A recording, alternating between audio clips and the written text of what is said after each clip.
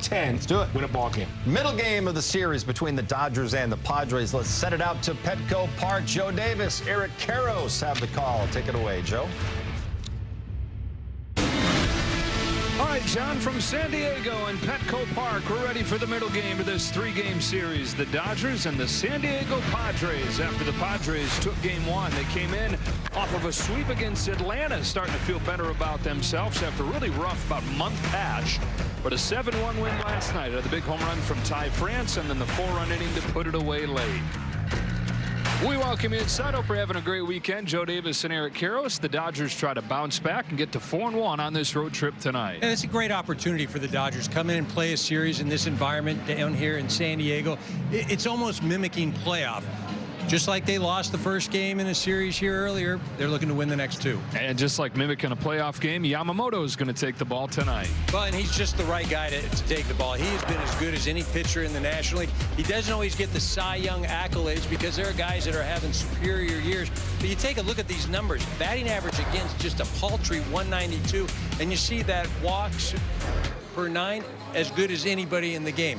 He can move the ball around. You see what he did against San Diego earlier. 7 innings pitched, 8 strikeouts, 2 walks. He's looking to at least duplicate that this evening. So it's the ace for the Dodgers. It is a much different plan for the Padres, Kirsten. Yeah, Joe, and it was changed this afternoon. The Padres decided to go with an opener for Randy Vasquez. So they're going to have Kyle Hart taking down the start. And Dave Roberts said that he expects that Kyle will likely see 6 batters or get through 2 innings of work. So we did make a slight adjustment to his lineup to have Tommy Edman batting 6th to add a little bit more pressure, because now they're going to be seeing a lot of Randy Vasquez today. But the Dodgers are hoping that they can use a similar plan to last time. Shohei Ohtani had a leadoff home run. They were able to get to him early, ultimately tacking on 3 runs, 6 hits. So they did get him out of the game. He was unable to get through 5. Talking to a few guys, they really liked that game plan. They know that today is going to look a little bit different. He's a different pitcher right now, but ultimately they want to stick with how they attacked him and with the approach that they had, guys.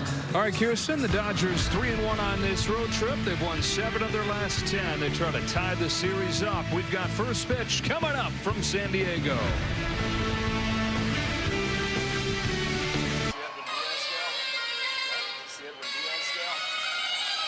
17 Pro on them. Hold on. Net LA is brought to you by Carl's Jr. The real sourdough star is back at Carl's Jr. Get it for just $5.99 for a limited time.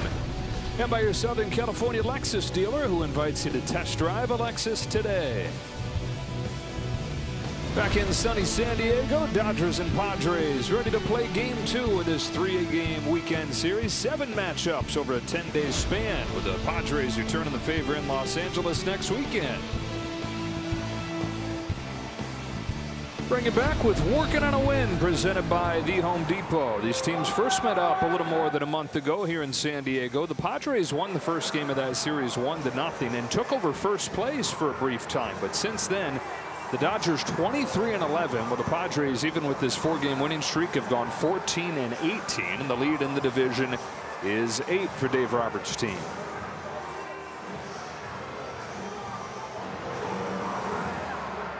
Dodgers getting ready to bat, and here's the lineup presented by your SoCal Helpful Honda dealers, with Ohtani to lead things off, and then Andy Pages in center field hitting second.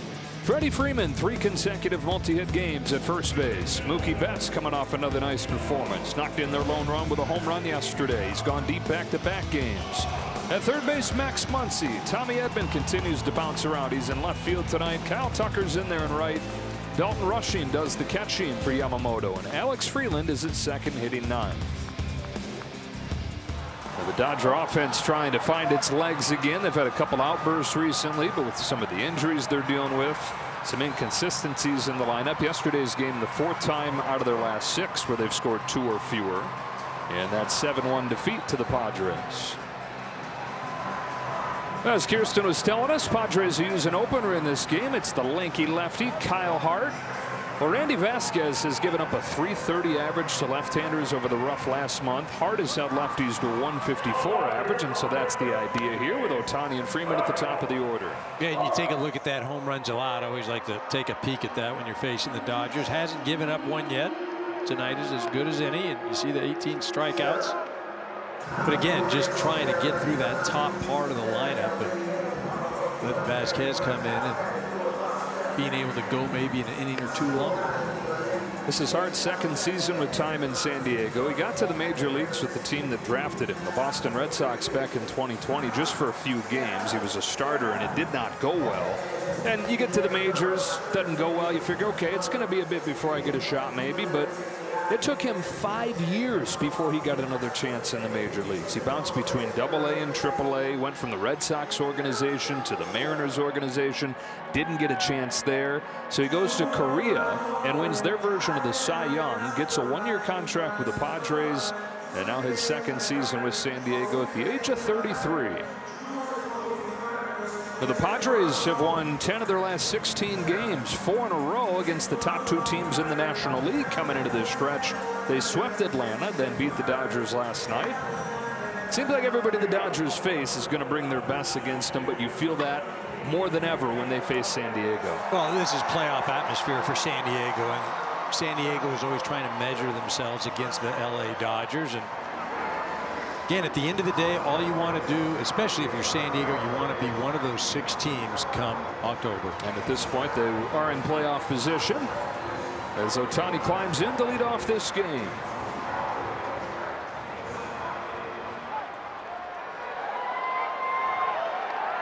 Hart out of the stretch at all times, has his sign, comes home, and off we go. He got a chase on the first pitch and strike 1. So Tony, Pages, and Freeman here in the first inning for LA. 2 left-handers for Hart to work on, including the guy leading the National League in on-base percentage, Ohtani.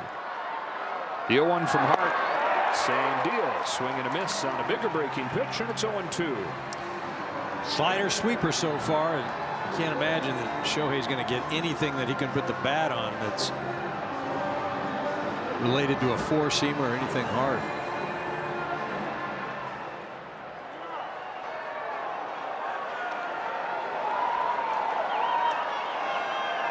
Starts and stops and starts and settles, pauses, pitches, and he did spin him again, missed low. The most pitches Hart has thrown in a game this year is 45. He's gone 2 1/3. So a little more than your average reliever, but still not going to be more than an inning or 2 before Vasquez takes over. He's home with a 1-2 pitch, and he strikes out Ohtani, who was thinking that he's probably going to get another breaking ball, and instead got a 4-seam right down the chute. I mean, that's exactly what it was. You look at that thing, it was center cut. You couldn't be any more center. As you mentioned, though, Shohei's certainly not looking for it, nor was anybody else. 1 gone in this first inning brings up Andy Pages.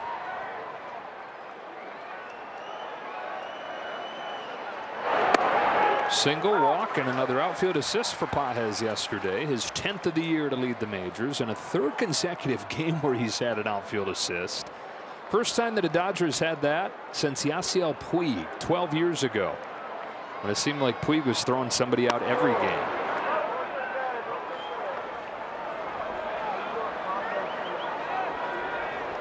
First time for any player on any team in the major leagues this year. 3 straight games with an assist.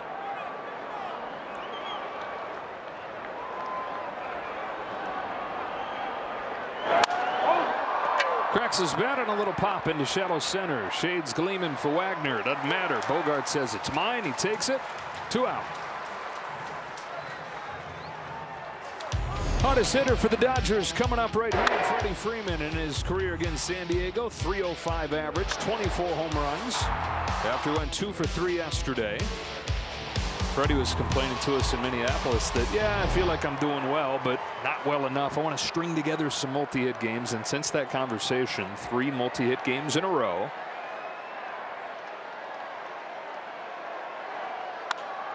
And he smacks this one up the middle. What a stab by Bogaerts to his feet into first to get him. Xander Bogaerts, heck of a play to finish off a 1-2-3 first for Kyle Hart. Yamamoto takes the ball, and you come back.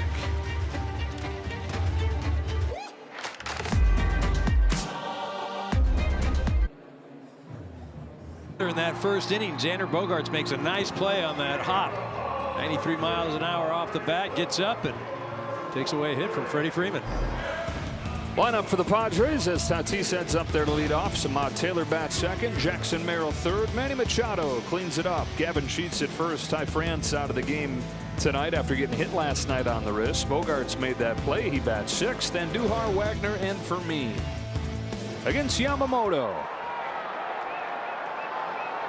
Padres winds up and throws and misses away with his first pitch. 2.65 ERA for Yamamoto, is sixth in the National League. The average against 192, that's the second best in the league, and the walk rate the best.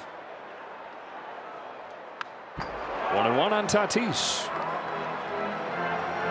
1 run over 7 innings against the Padres when he faced him last month. He was on the wrong side of a 1-0 pitcher's duel against Michael King. That started a string of 6 starts, though, where Yamamoto's got a 1.51 ERA, and of course includes that stretch where he retired 45 hitters in a row. A curve, no swing, ball 2. Here's what he threw against the Padres last month. Yeah, a lot of four-seamers and splitters, and look for that again tonight. He'll mix in that sinker as well. That's a very effective pitch, but doesn't use it as often as the top 2. Stays high in the zone with that four-seamer and tries to get the bottom of the zone with that splitter.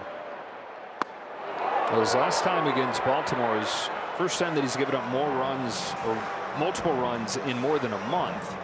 He gave up 3 runs over 6 innings, and he said he just didn't have the feel for that splitter. And really over the last month, even as his performances have been great, the splitter hasn't been quite as good.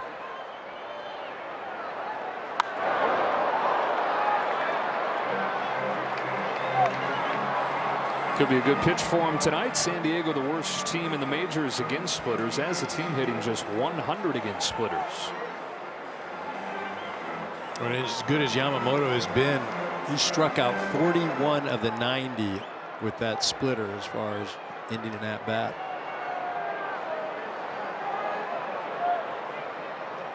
Comes home with a payoff pitch. Now, Tatis still not hitting for power. He's got just 3 home runs after he went the first 2 months of the year without a single one. Almost impossibly as hard as he was hitting the ball, but it was mostly on the ground.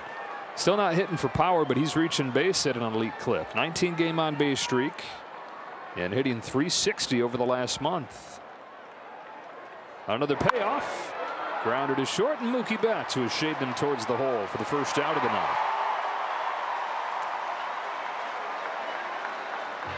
Just an 8-pitch first inning for Hart, but he's done his job, retiring the couple left-handers at the top of the order, and so Randy Vasquez gets ready to come in for the second.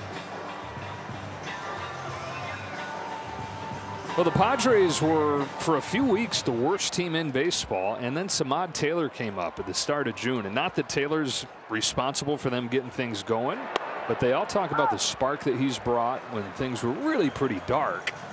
Spark, and not just spark in personality, but production. He's hitting .361 his first month as a Padre.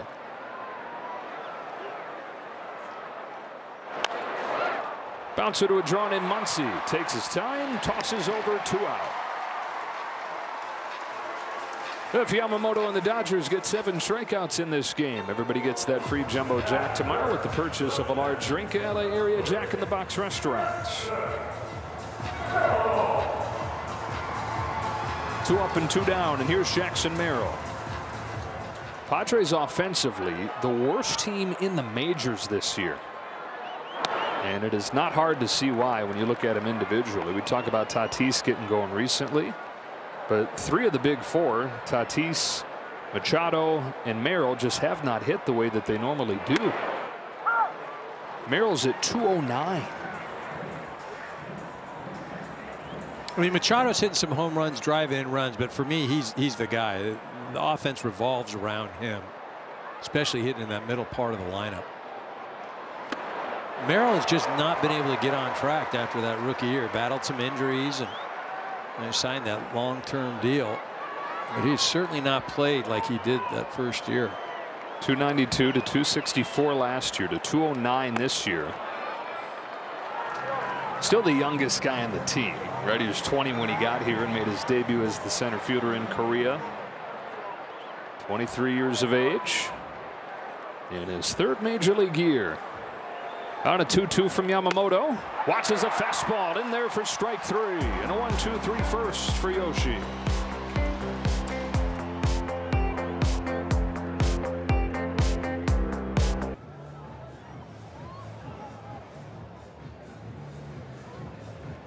Now, Mookie Betts has turned it on lately. He's homered in back-to-back ball games. He's hitting .319 over his last 17. Finally starting to look like the guy that Dodger fans know and love, and he's ready to lead off this second inning.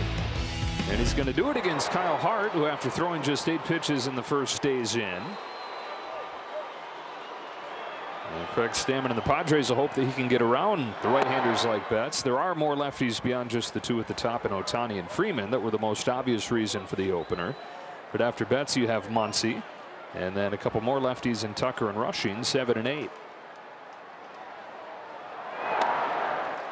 What have you seen with Betts the last couple days, the last couple weeks? I mean, really, it's just confidence. And is he, mechanically, is he doing something differently? Well, okay, the hands may be a little different, waiting on the ball a little longer, but more than anything in this game,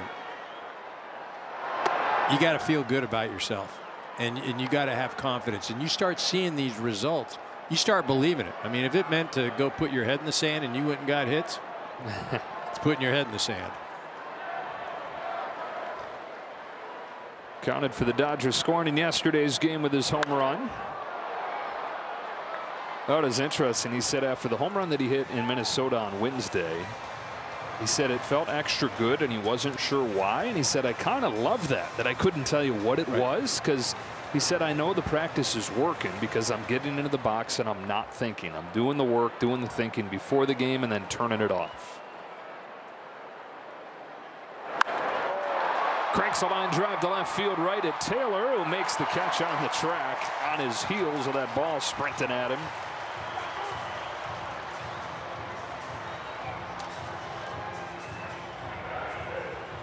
At that 101, and so they do just survive the Hart against Betts matchup. Yeah, get another lefty-lefty matchup right here with Max Muncy.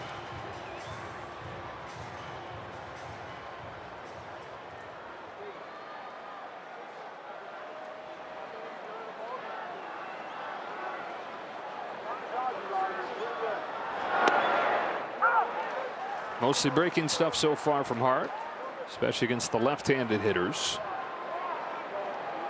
Yeah, predominantly the slider and sweeper. But remember, he did get that one fastball, as you said, center right down the middle to Ohtani and frozen. He's like, wait a minute. I'm not supposed to do that. Dodgers 3-1 on this road trip. Major League best 52-30 for the year. Just a game past the halfway mark. Ball and a strike on Muncy. Hart delivers, and Muncy takes a strike.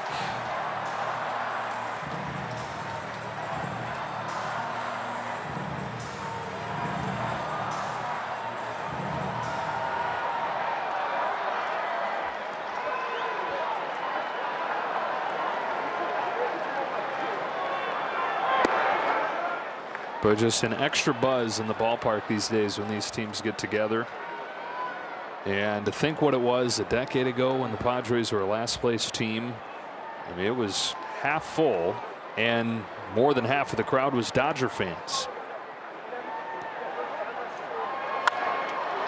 Hook to the right field corner. Tatis lays out, can't get it. Extra bases for Muncy. He's got at least 2. He's headed for third, and he's going to get there. Max Muncy, the first base runner of the ball game, and he's 90 feet away from becoming the first run.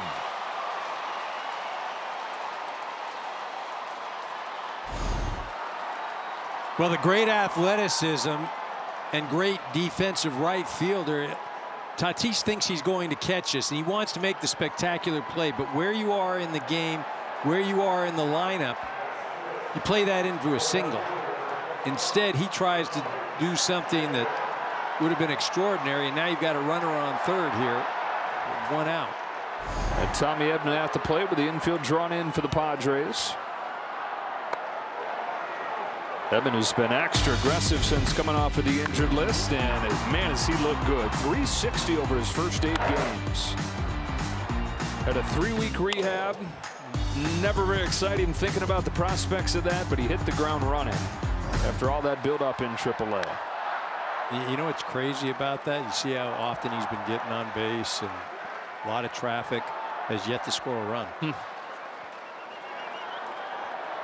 not his fault.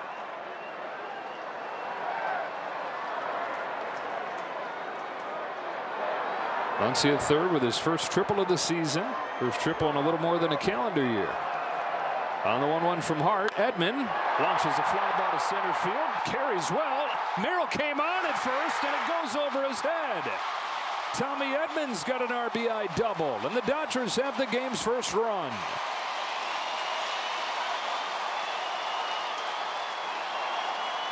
Neither one easy plays, but first Tatis and now Merrill make it harder than it had to be. This one came off the bat at 102 miles an hour, as you mentioned. Well, Merrill took a step in and then kind of froze and said, uh-oh. By the time he got back there, the ball had bounced and no play to be made.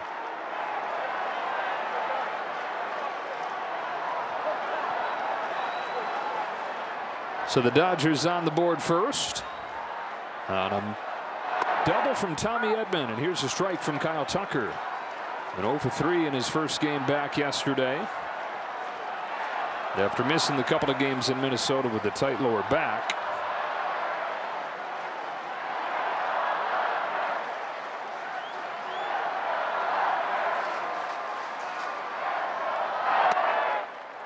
And he's down 0-2.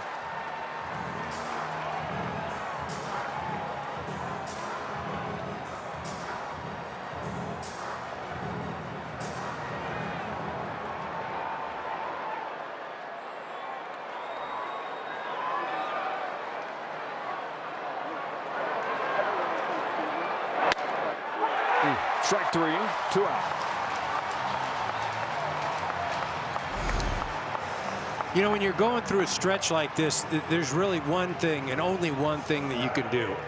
And that is you just got to compete like a you-know-what. And it doesn't matter how, what, you can make the most crazy swings, but you just got to go up there with a mindset of there is no way that this guy's beat me, even when you don't have all your weapons. 2 gone in this second inning. Dalton Rushing's the hitter. And he carves out a pop fly down the left field line. Machado gives it a look, but it's out of play. Rushing's going through one of those stretches himself. He was 0 for 3 yesterday. He's 0 for 12 since his walk-off hit that I think he and everybody was hoping would kind of be a launching point for him after the huge first month.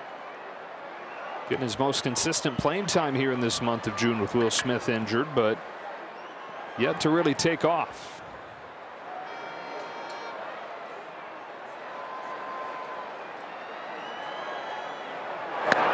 But that's the thing, is you can take that with you anytime, whether you go out on the mound, whether you're up at the plate, because there are going to be times you don't feel good, you're not going well, but you can always take, I'm going to compete. And that's, you know, that's why all these guys are up here anyhow, is because they have that characteristic. But sometimes you forget about it.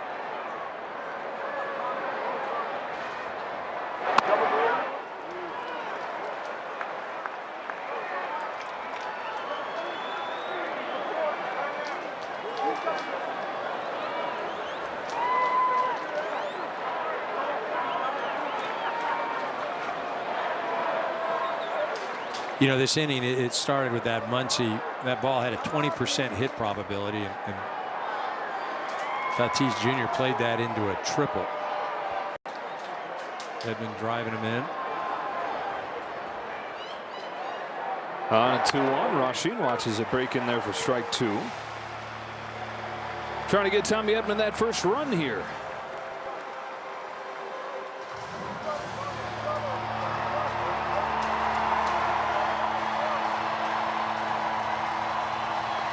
Rushing trying to knock in his first run since that walk-off single a week ago last night.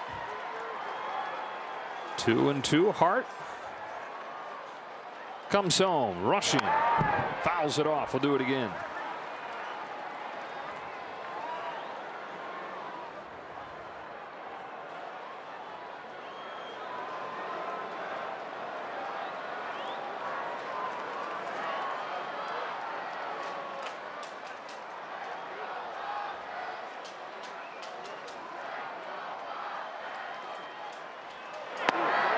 Checks his swing. 3-2. And this at bat, no matter how it ends up, I mean, you can sit and just, visibly you can see it's all compete, right? He is up there grinding. He is battling. And we all know he doesn't feel good right now. Things aren't smooth, but he is grinding and grinding. And he's worked it full. Running the bank on the double from Tommy Edman. He's at second with 2 out. And a 3-2 from Kyle Hart.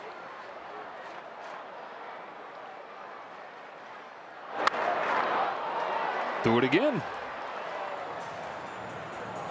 And he's hoping on the other end of that competing something to feel good about. He badly needs something good to happen right now. Not just the 0 for 12, but of course everything, all the drama this week in Minneapolis. And I was wondering a couple pitches ago if he wasn't quite feeling right, wincing a little bit. And Thomas Albert and Dave Roberts saw the same thing. On the check swing, he had that look on his face like, I better not be. Yeah, anytime you do that check swing, right, it's, you're thinking oblique or you're thinking some sort of midsection.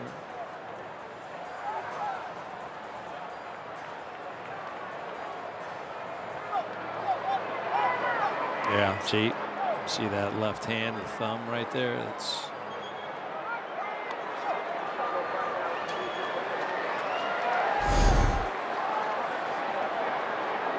well, amplifying that word compete you were talking about. Fouls another. Yeah, you can see he's not right. You just see that swing right there, trying to catch himself. He's breathing. I mean, that's got oblique written all over it.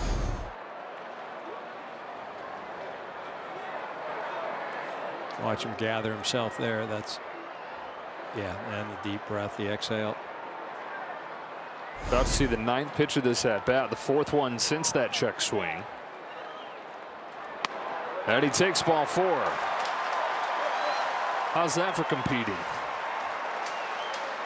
That's as good as you're going to get. It's a great example. I mean, you can say whatever you want. This guy, when he goes out to play, I mean, he's going to leave it all out there and he's going to die out on the field. Well, let's hope not. Well, I mean, you know what I mean. Here, Minneapolis coming out for a visit before Alex Freeland bats, and we get a word from Morongo.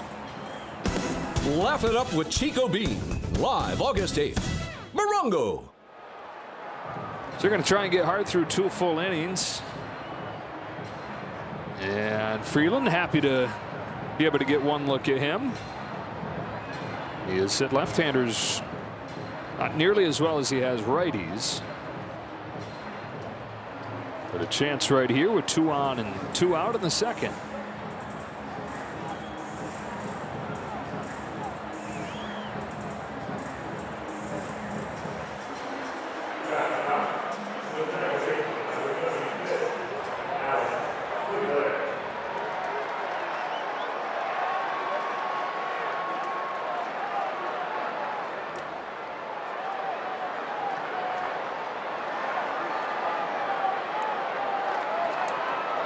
Edman at second, rushing at first. Hart comes home to Freeland. Yeah, misses inside. Freeland just 3 for 23 against left-handers this year.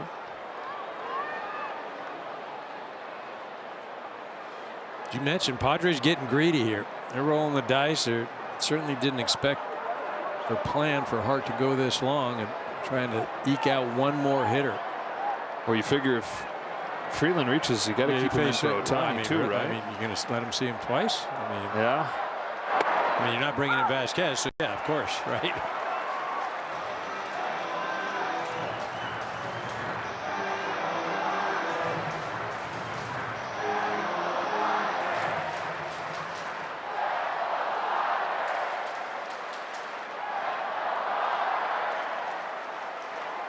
Hart's on 1 pitch. Freeland flies it to shallow right field. It's been an adventure out there in this inning. It stays that way, but Tatis makes the catch and ends the inning.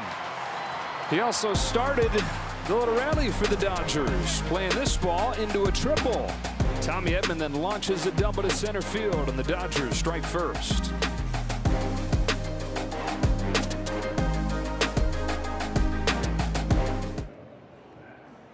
30 sweepstakes presented by T-Mobile is the ultimate bucket list. Enter now for your chance to win trips to all 30 ballparks. Visit MLB.com/Journey to 30 sweeps. Dodgers with the game's first run. To the bottom of the second we go. Manny Machado leads off against Yamamoto and takes ball one. Machado still with the lowest average of any qualifier in the National League at 186, but he's been a whole lot better lately. Doubled and walked twice yesterday. His last 15 games, the OPS back up there in all-star territory above 900.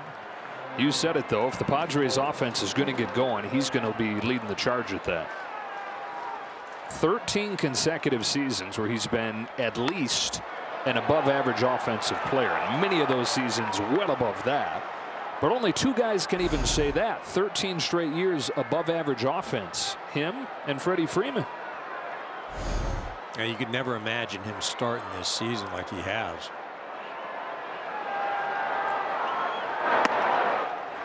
Two and two. He's been missing a lot of pitches that he normally hits. Much less aggressive on strikes. I mean, when he's right, he uncorks vicious swings on any pitch he's got a chance to hit. And he has hit Yamamoto hard in his career. Here he swings through a fastball, and there's been way more of that than ever with Machado. Well, his hand path to the ball has been different this year. And he made some changes and went and saw some people in the winter and took those hitting changes into the season. And, why he did, I don't know, but he has since made an alteration, and he's starting to swing the bat a little better. Gavin Sheets with one away. They went and worked with a hitting coach who is best known for being Aaron Judge's guy. But I mean, I'm not telling you anything you don't know, obviously. Just because that guy works for Aaron Judge doesn't mean he's going to work for the next guy. It's a great person to be able to prop up and have as your advertisement. But certain guys speak certain hitters' languages and not others. Certain tweaks work for one guy, make no sense to the next.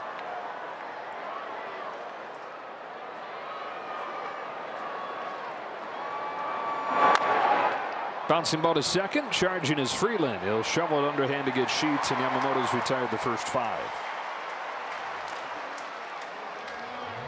And again, though, players are always trying to find ways to improve themselves. And, like if you went and wanted to work and do the same routine as this man right here, Yoshinobu Yamamoto, you might not be able to walk the next day, So, again, what works for one guy doesn't work for the next one. It's up to you as a player and individual to find what works for you. Bogarts, strike one. And then it's that whole question of, okay, where do you find that balance between being complacent and chasing greatness, but not letting perfect become the enemy of good? Right.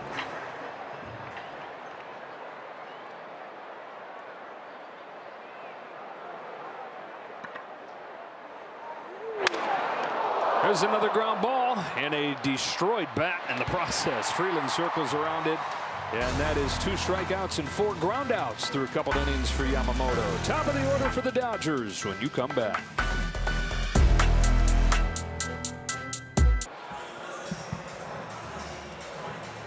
Well, here's the man that the Dodgers thought they were going to see in this ball game as the starter, Randy Vasquez, who they faced back in May, scored 3 runs against him, had him out of the game before he finished off the 5th. 6 hits, 3 walks, and 4 1/3 against the Dodgers in that game.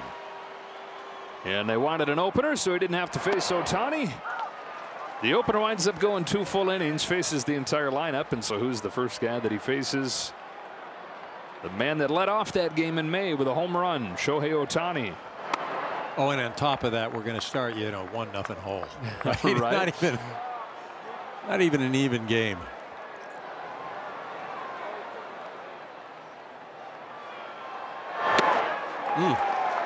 One ball and 2 strikes. Home run against Vasquez is one of the 17 that Ohtani's hit this year. One of the 23 leadoff home runs since putting on Dodger blue.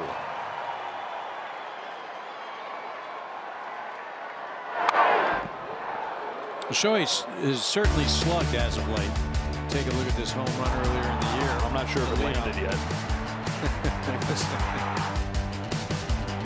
Way up there. But I said he's been slugging as of late, but he has not hit well for an average at all. And getting on base, and he's seen his average drop to about 290.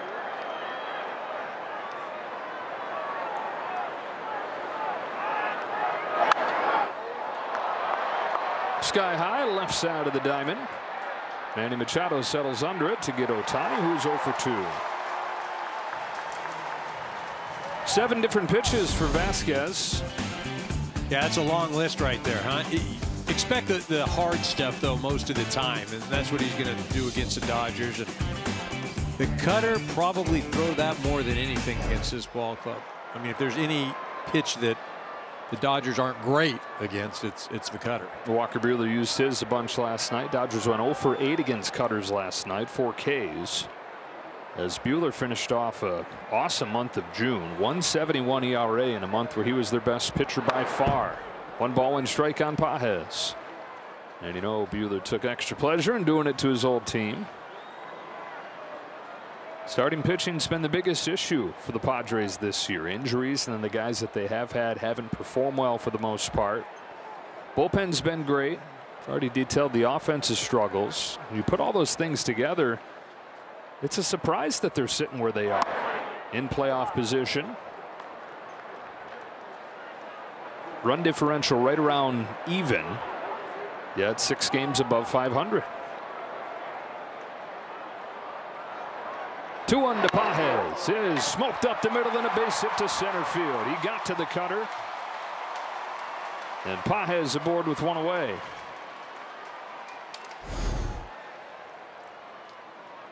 Just clips that thing. Actually gets in on him. 83 miles an hour off the bat, but strong enough to get it out into center field. So a hit in both games for Pages. And aboard for Freeman.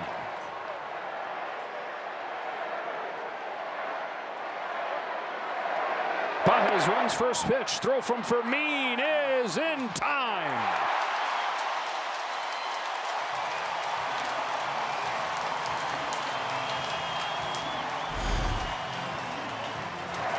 Andy trying to steal his 9th bag of the year is clipped here by Fermin.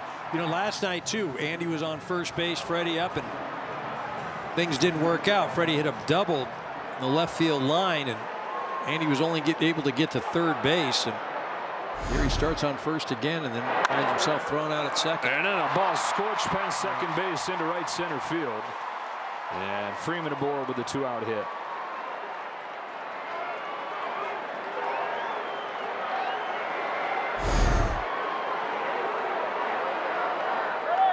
Freddie decided he wasn't going Bogart's way this time. Bogart's made a great play on him in his previous at-bat. Will Wagner almost did the same thing to him. By the way, that's the 5th time in Pages' last 6 attempts that he's been caught. I mean, I'll be honest with you. The stolen base thing and the ABS challenge, we got to kind of put in Andy's pocket. And let's not use that very often. Either one. I mean, he's a great player. He's a great young player, but he's still learning. SB and ABS, take them all and put them away. Let somebody else use them. On the year now, 8 steals and 14 tries. League average about 70 plus, 75%. Red light on both.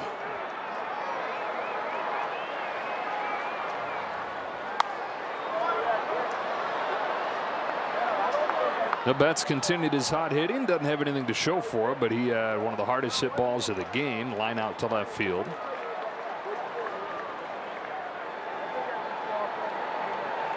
Behind Vasquez 0-2. Dodgers ahead 1-0. Back-to-back extra base hits last inning for Muncy and Edman.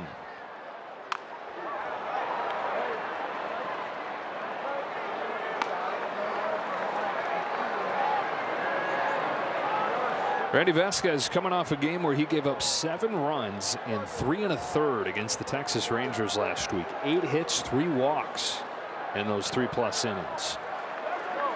There's 0-2 again to Betts. Misses outside, ball 1.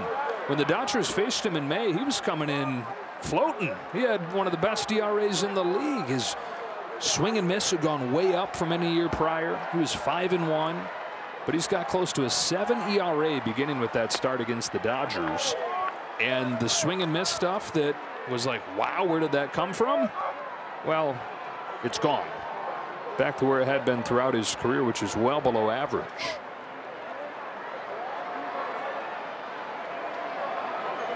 Comes home with a 2-2, and Betts chops it to third, and Machado. The second he goes, into the bottom of the third we go.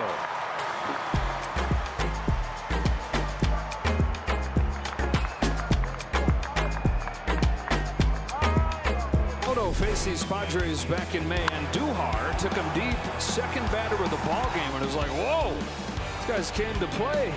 Since then, though, Padres have gone 2 for 28 against Yamamoto, and he's fired 8 scoreless innings in a row since that home run. The reason we bring that up right now is it's Andujar to lead off this third.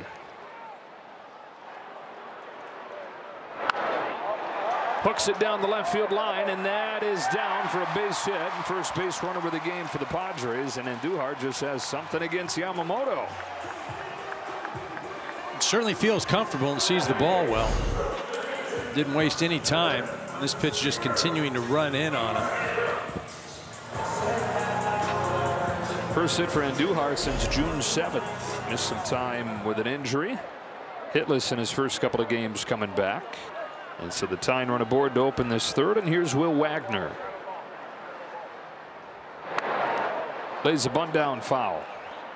Wagner came up a few weeks ago. He's got a .450 on base in his first 14 games this year. Son of the Hall of Famer Billy Wagner. He was born in Houston when his dad was playing there, and then grew up in Virginia, where his dad, after retiring, was his coach.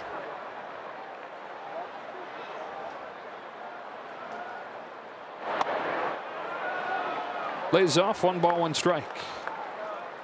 Parts of 3 seasons in the major leagues, debuted with the Toronto Blue Jays, and then came over to the Padres at the deadline last year. Best numbers that he's put up so far.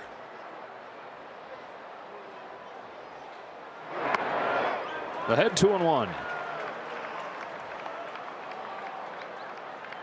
Padres still waiting for Jake Cronenworth. He still is yet to recover. And just started a rehab assignment, but that'll probably be a little bit, coming back from concussion. He's been out for a couple months. Just misses, ball 3. And noteworthy, by the way, that Dalton Rushing's still in the game. Like Dave Roberts and Thomas Albert were doing everything they could to talk him into coming out, but Rushing says 3-1 comes home, and a foul ball, 3-2.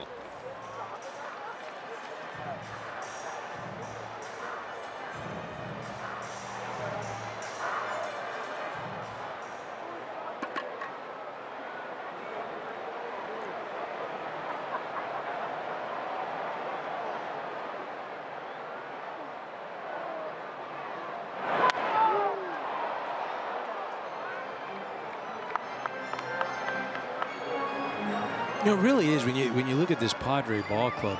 You know, they're on a stretch right now where, again, they were getting booed here at home, and certain players were getting booed. Stars, Manny Machado, fans were not excited. Bounce to the first. That's a fair ball. Freddie Freeman with a jump throw, and they've got Andujar on a rundown. They'll tag him out. Wow, Gumby. Look at that. Stabbing it, jumping and flying and throwing and running and all the things. That's a little Derek Jeter jump and throw in the air. I mean, super athletic. I mean, if there's any question of Freddie's feeling good, or the ankle, or how I mean, not only just getting to the bag, but then jumping and making a perfect throw with something on it. I mean, that was, I bet you he could have dunked on an 8-foot hoop right there. One of those backyard ones where the nets may or may not be there. That was so sweet. Got to tip my cap to that. I mean, that was actually pretty. That's a thing. I mean, tell you what, when you first baseman do it right. Freddie Fermin down quickly, and a leadoff hit, but he faces the minimum with some help from Freddie Freeman. Derek Jeter, Freddie Freeman, one of those guys.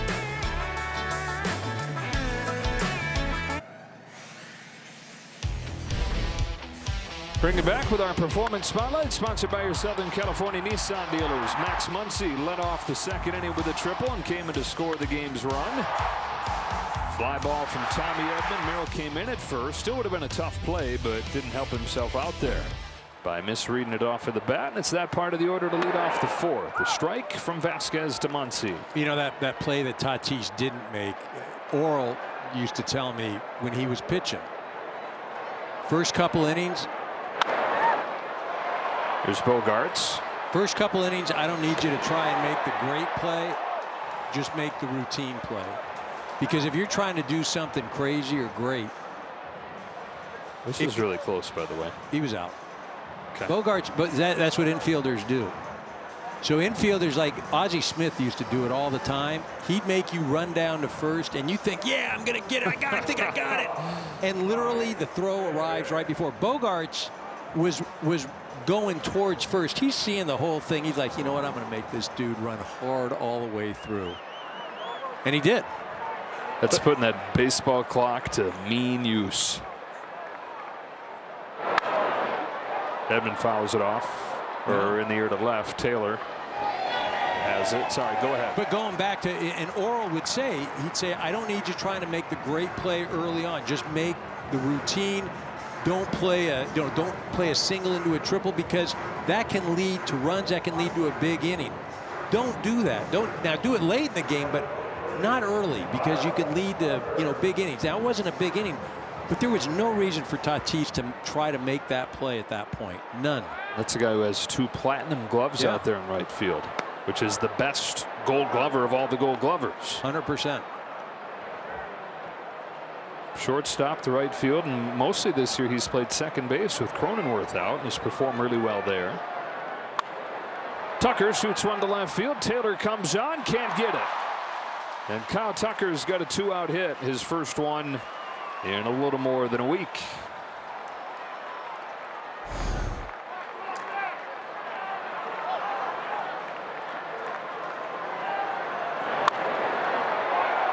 It's a start. And you take anything, any kind of successes you can have, any type of feel good.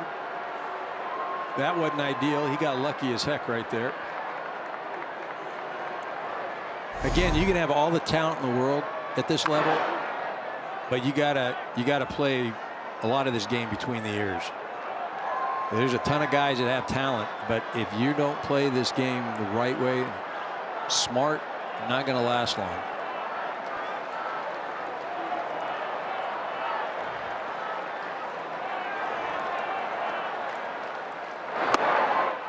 Swing and a miss from Rushing, and it's 0-2. Rushing drew a walk and a 9-pitch at bat his first time, but clearly injured something on one of the check swings and has stayed in this game. We're talking about it at the time. Badly needs something to go right for him, just the way this week and really this last month is gone, and he's fighting for his chance to be able to do that tonight. Go out of the game, he can't make many good things happen.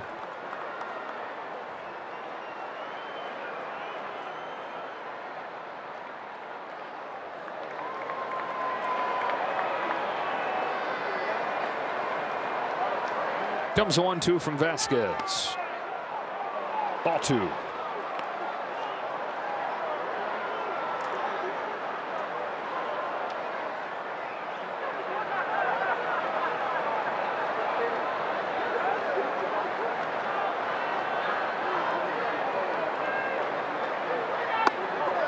He's worked it full.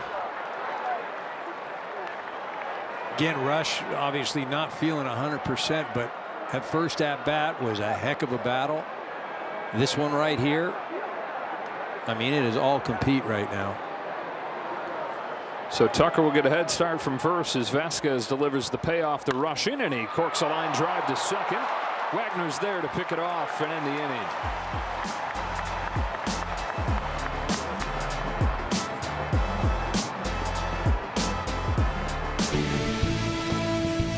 Back-to-back world champion Dodger baseball on Sportsnet LA is brought to you by Morongo Casino Resort and Spa. Less than 90 minutes from wherever you are. Good times. Yamamoto has struck out 3. He's faced the minimum through 3 innings on just 35 pitches. 1 base hit led off the 3rd inning, but a bunch of ground outs, those 3 strikeouts. And the top of the order for the Padres here in the 4th with Tatis to lead off.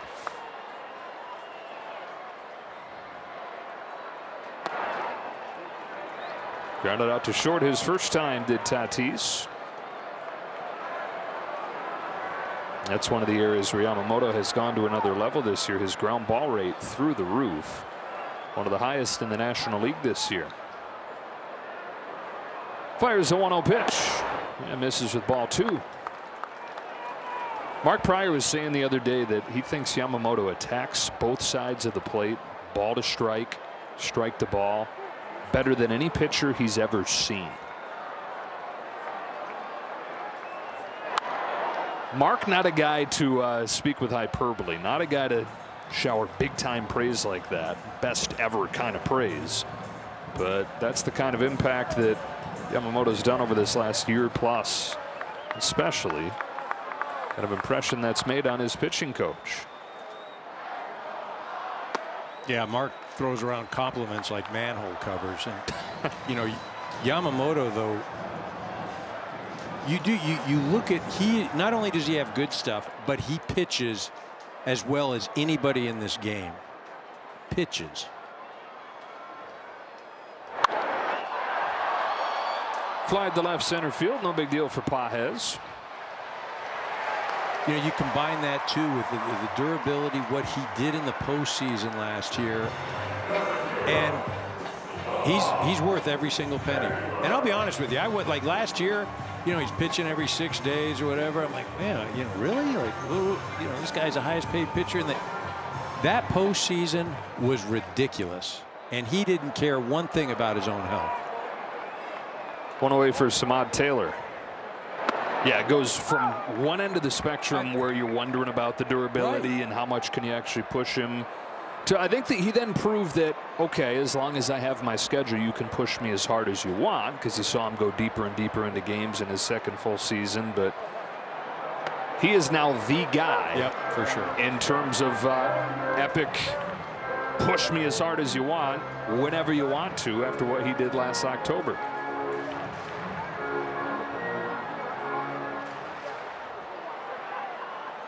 Head of Taylor, 0-2, comes back home.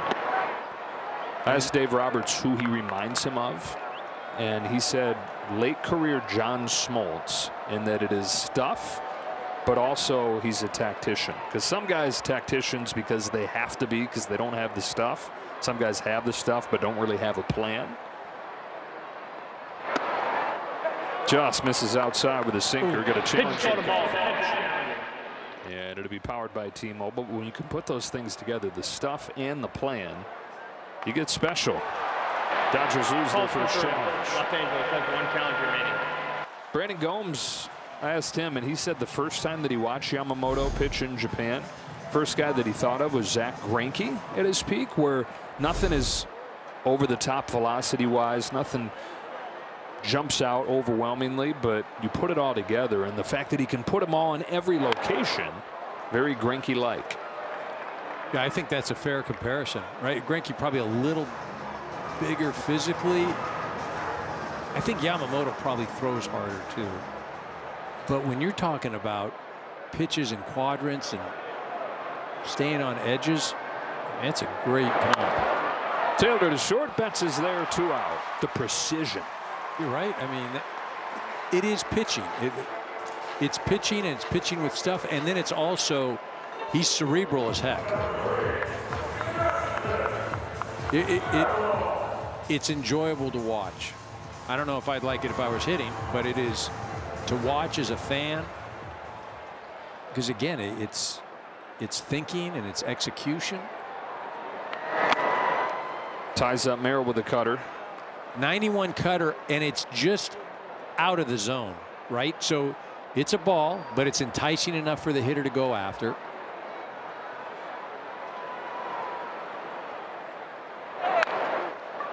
Then a curve is slapped inside the bag at third, and that's an infield hit for Jackson Merrill.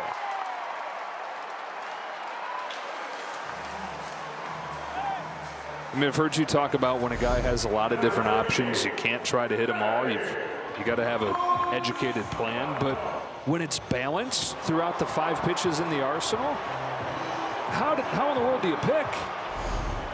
If I was facing him, I would make him. For me, I would make him get up in the zone. Like I can't. I just have to see something up. That's my only chance. And see, here's the thing that, as a pitcher, what you want to do to the hitter, you want to make the hitter have to make a decision. And not an easy, not it's like, oh yeah, I can spit on that, I can take that.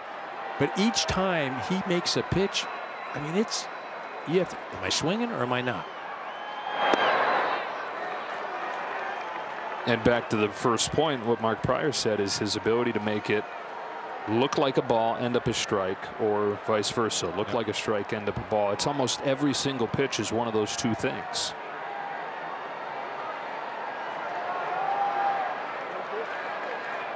One to Machado is that version that looks like a ball out of the hand and then comes back and finds the zone. And that hold up right there, that check, that's like, am I swinging? Yeah. Oh, no, man. That is just a nightmare for a hitter. You're not committed either way. Strikes him out for the second time. It's a strike forever until it's not. And he gets the swing and a miss.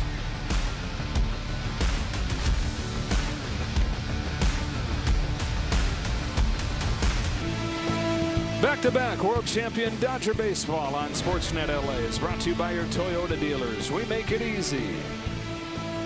On an RBI double from Tommy Edman back in the second inning, the Dodgers have the lead to the top of the 5th as they try to tie this series up at a game apiece. And it's Alex Freeland to lead things off. Over to his better side, the left side, where he's a .254 hitter this year with an OPS around 700. And that is mainly what they ask him to do, hit against right-handed pitching. When you combine that with his elite defense at second base, he's been a valuable player.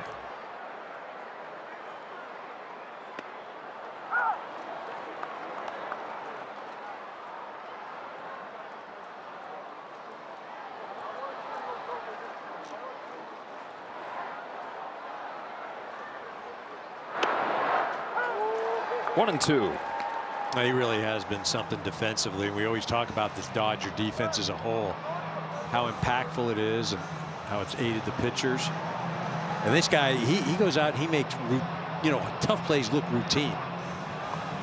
Take a look at that. And that's not even being up here the entire time, playing every day. It's a cumulative stat. Swings and misses through this fastball. And Vasquez has his second K, one gone in the 5th. This goes up the ladder. Freeland tips it a little bit, but not enough for Mean to not hold on. I said second K, that's his first. Taken over in the 3rd inning after the 2 innings from the opener in Hart. Ohtani, who is 0 for 2, takes strike 1.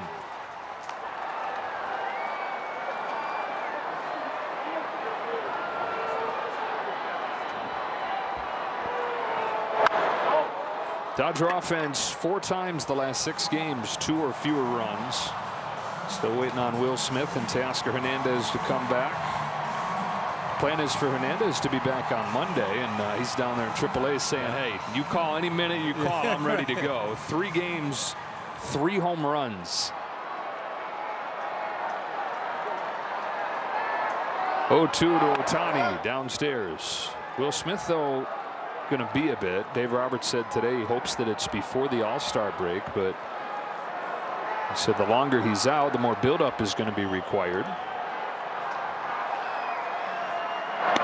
Now, one of the benefits of having the record that they do, having the lead that they do, is you can be sure of those things. You don't have to rush a guy back, especially a position like catcher.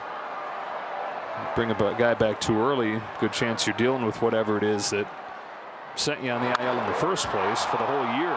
It's a high fly ball to left field. Samad Taylor to retire Ohtani.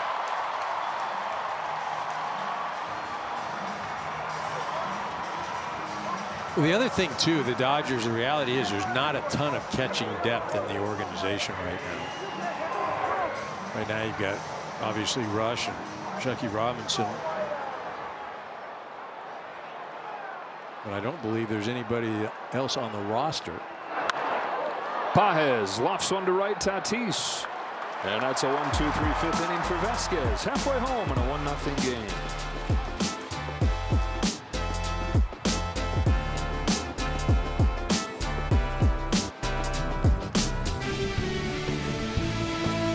Purchase a special ticket pack and get your exclusive Dodgers Hawaiian shirt presented by King's Hawaiian on July 7th.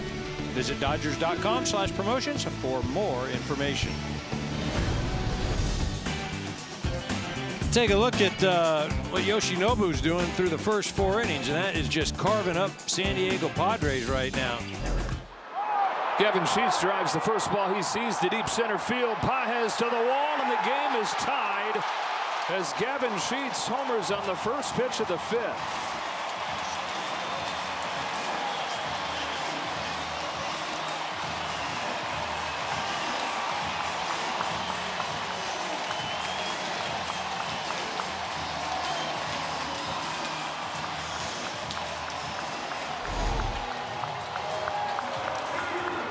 I think we were going to run that StatCast next inning, right?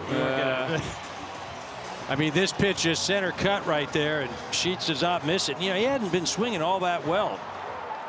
Big part of the year happened the first month and a half. And if there is anything that bites Yamamoto, it's the home run ball. So back to square one here in the 5th as Sheets launches his 13th home run of the year. One shy of Manny Machado's team lead.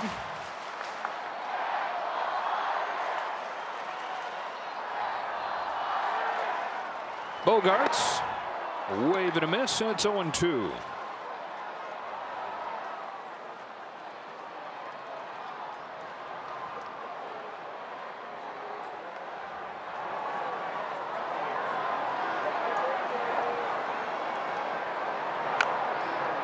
We talk about all the different pitches Yamamoto has. 6 different pitches. He's thrown them all tonight between 12 and 20% of the time, so you don't really know what you're going to get. But if there's a time to take an educated guess to be the first pitch of the inning, here comes a 4-seam, and that's what he got, and that's what he hit for a home run. 0-2 to Bogarts. Well, it's interesting you say he hit the 4-seamer. In Sheets' first at bat, he didn't even see one of those. It was sinker, curveball, splitter, and so that is, you know, that's. As a hitter, you've got to, okay, I didn't see any of those pitches. He does have a 4-seamer, and he might try and sneak that in. I'm selling out. Betts, one shortstop to another, one from a Red Sox to retire another. You got to do like some I think he thinks, I know he knows that I know. But like we joke about that, but that's what hitting is now these days. I mean, like guys go up there and they're sitting on 2-0 sliders away. And it's like what is that? How do you do it? But that's the way hitting is now, because pitching has evolved so much. One away for Andujar, who singled his first time. How does that differ from what it was when you were playing? You just didn't have the information back then, right? And guys didn't have all the types of pitches as far as, oh, like let me go down and throw it in the bullpen and it looks like it's moving pretty good. Oh, great. All right, let's use that in the game today. Right now, you basically can predict if you execute a certain pitch, how that pitch is going to function in a game. Like, is it going to be hittable? Is it not going to be hittable? As a hitter, you can look at patterns. I was talking to JT Watkins, who does the game planning for the Dodgers. And he was saying the toughest teams to game plan against are teams that will go completely off script. Because he says, if I know what you're doing and I can find patterns or whatever, we're good with that, and I'll take this ball club against anybody. But it's when they go out of sorts, much like we looked at the very first at bat tonight. Ohtani's getting breaking balls, and then he got a fastball right down the middle and didn't even move. Strike 3. Completely off script. And because all these hitters have the reputations they do, and because the team has the reputation that it has, teams go off script against LA more than they do against other teams. 100%. But the problem with going off script is when you're going off script, you're usually going to your third or fourth best options, because what you do normally works against every other ball club. That's how you create a quote unquote script. And that is hitting a little bit at why Major League Baseball average is 243 this year, which is the 4th lowest ever. Only years with lower averages, 67 and 68, which led to the lowering of the mound. In that year of the pitcher, 1968, lined into center field by Wagner, caught by Pages just for fun. He'll chuck it back to first, and Duhar's in there safely. And 1908. I don't remember that one. No, it was a little before my time too. That's why I didn't realize that. This is the quick. That's well, good for baseball. Good for pitchers. Yeah. Padres have tied it with a leadoff home run from Sheets, and Duhar at first, 2 outs, and the 9-hitter Freddie Fermin stands in. Yeah, and flies it to left field. Tommy Edman to put it away.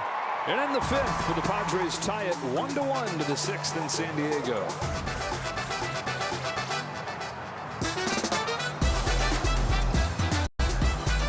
The first 40,000 fans on July 6th will take home an exclusive Freddie Freeman 18th inning walk-off bobblehead presented by 76. Visit Dodgers.com/promotions for more information. Yeah, and look who's leading off this 6th inning in a 1-1 ball game. Freeman 1 for 2 today. 3 consecutive multi-hit games coming in. Yeah, and he's got his average up to the highest spot that it's been, 288 in 2 months. You got to go back to April. Leading off this 6th against Vasquez, taking a strike. It's 1-1. Mookie Betts, Max Muncy to follow. 3 scoreless innings so far for Vasquez after the opener in Hart. Dodgers got 1 against him in the 2nd. And now Randy Vasquez in his 3rd season in San Diego, over in the Juan Soto trade. He was one of the 5 guys that they acquired in that deal, including tomorrow's starter Michael King. 4 seasons in the major leagues, as he pitched a handful of games for the Yankees before that trade, but he is exactly league average. ERA plus 100. Delivers 2-2. Then the count goes full on Freeman. They're going to lose a challenge right here.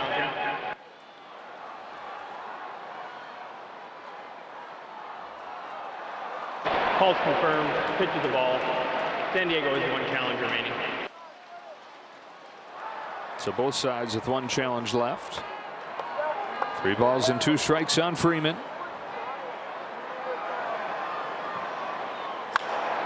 Base hit right center field. That heads all the way to the warning track. Freddie Freeman with a leadoff double.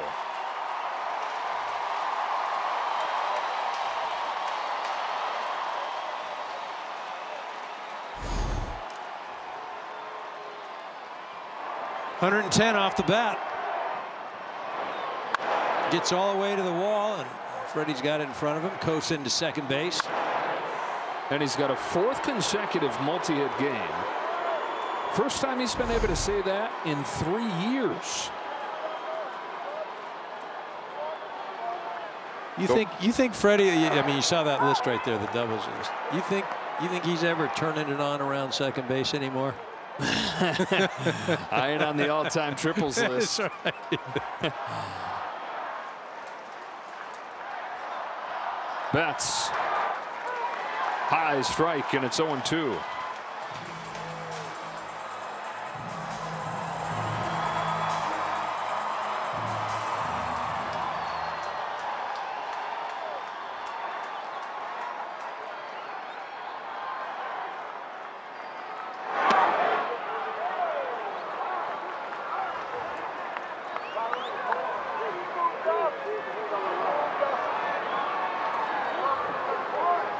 Betts is 0 for 2 today.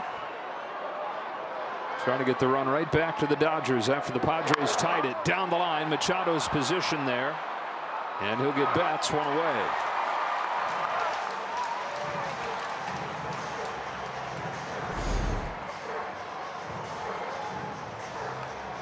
Man, he's just so smooth over there. Kind of flips it over there. I mean, he makes everything look effortless. We talked earlier about the baseball clock that Bogarts had on that play at first base to get Muncy Machado. Stellar baseball clock. Never in a hurry. 1-1 game. 1 on 1 out. Muncy takes the ball. Max scored the lone run for the Dodgers after tripling for the first time this year back in the second. Career high average 265. Grounded to second. Oh, it's off Wagner. Freeman heads for the plate. Wagner's throw is not in time. Padres defense chipping in for the Dodgers tonight.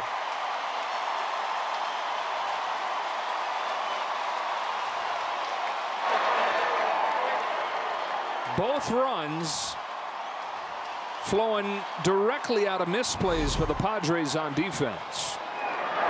This ball was hit at 95, so it's designated as a hard hit. It almost looked like it took a funny hop and shot to Wagner's right. Credit Freddie Freeman. I mean, he has shown some athleticism this evening. Running the bases, making that play, that double play at first.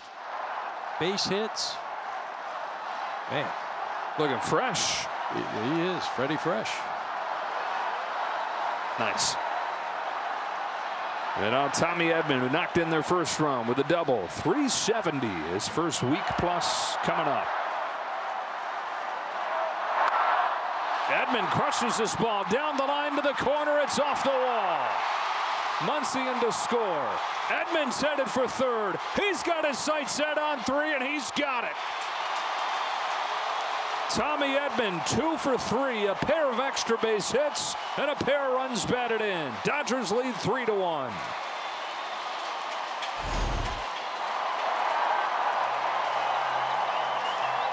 It's ball right down the middle. Tommy absolutely smokes this thing.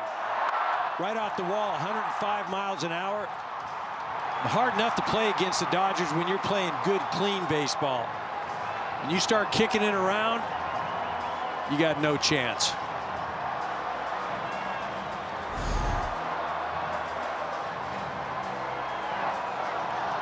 Fourth multi-hit game for Tommy Edman out of his first 8 starts. And he's got his first triple of this campaign. So the Dodgers breaking through against Vasquez here in the 6th, and Yuki Matsui begins to loosen. Man, what a boost Tommy Edman's return has given him. The obvious, the average that you see, but the maneuverability Dave Roberts gets with the entire lineup with Edman as a switch hitter that can play all over. Yeah, but the guy can't score any runs. Still. Right? I mean, we got infield in right now. He's been on base 14 times and has not scored. It's clogging the bases, man. Jeez. Yeah, big old Tommy Tanks plodding out there. Tucker.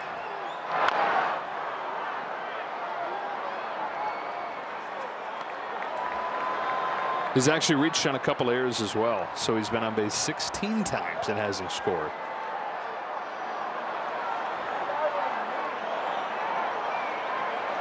How about a suicide squeeze? Let's just go for broke. Steal home. Why Just not? steal home. How's that ankle Put doing, that Tommy? ankle, yeah, right. Head first, steal home. Just do it. He's got the glove. He's got the. Tell the Little League players these days, would you believe it? There was a time where those things didn't exist. We had to slide without them and live to tell about it. Put it back on, Tommy. What are you, crazy? Right.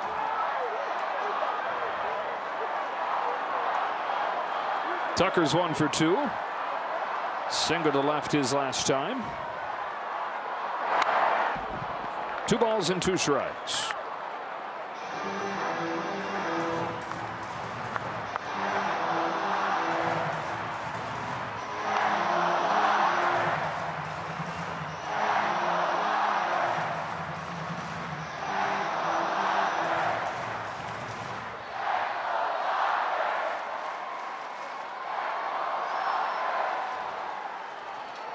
Vasquez delivers. Tucker fouls it back.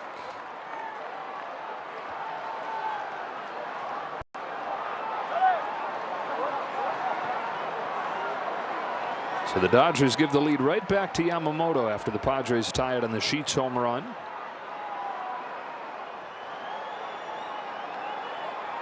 Looking for more here as the 2-2 comes home, and a good catch there by Fermin and a bad miss from Vasquez. If there's one thing that Tucker has done well at the plate this year, he's 4th on the team in runs batted in. He's knocked in 40. Pages, Ohtani, Freeman, and then Tucker in the team leaderboard. Looking for number 41 with Edman at 3rd and 1 out. Payoff pitch.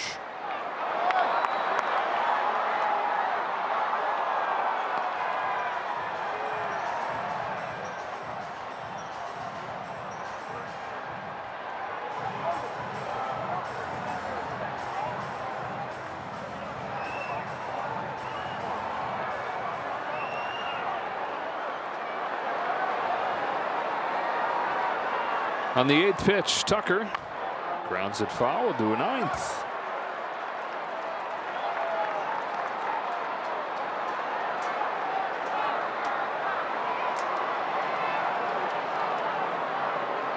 Vasquez looking for that put-away pitch that has deserted him over this last month or so.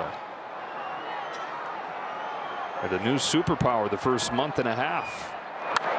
That ball is hammered and goodbye. Long gone off of the bat of Kyle Tucker.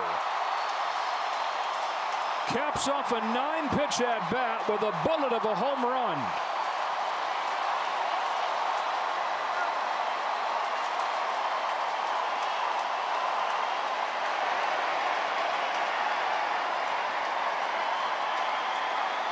You will compete, and that's exactly what he did in that at bat.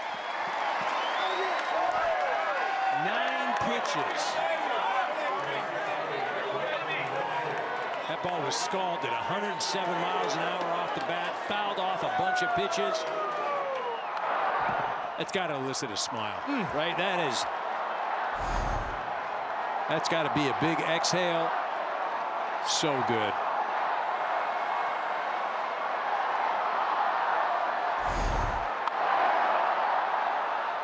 0-2 on rushing. Tucker's 7th. He's never had a full season in the major leagues where he hasn't hit at least 20. Hint of a smile in there, right?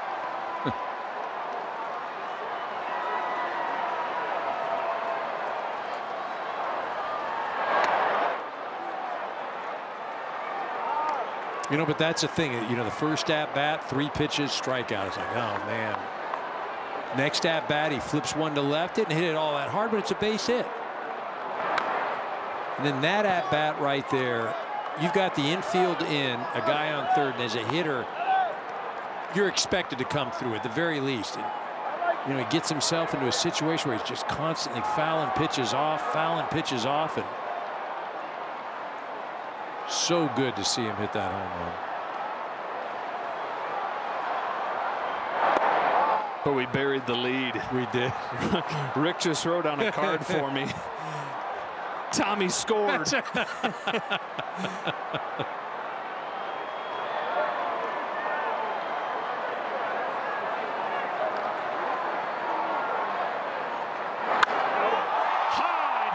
Right center field. Has Rushing gotten the good feeling too? He has. A couple of searching sluggers connect. Tucker and Rushing go back to back in the feel-good story of the night for the boys in blue.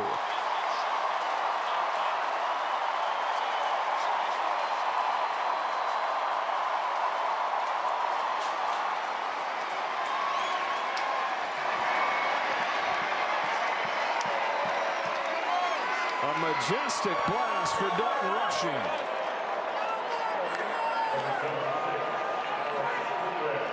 He had 7 over his first 8 games of the year. That's his second the last 2 months.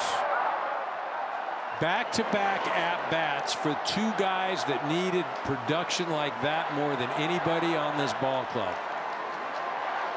So good. So good for both of those guys.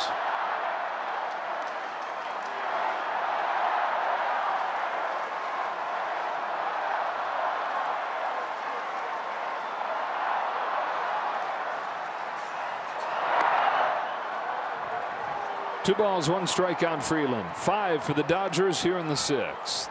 And after losing the first game of this series 7-1, they lead game 2 6-1.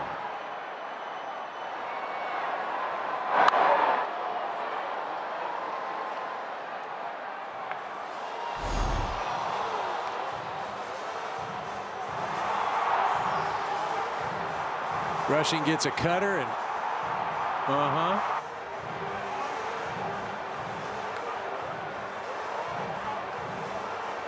And the home run had to feel better than anything, but that reception from Shohei Ohtani had to feel pretty good too.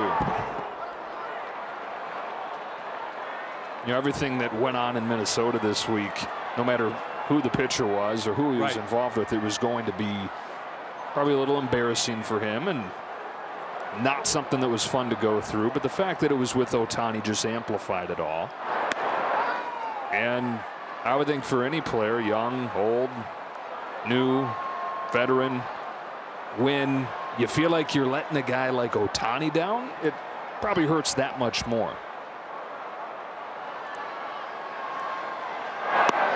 Walk for Freeland. And Ohtani coming up.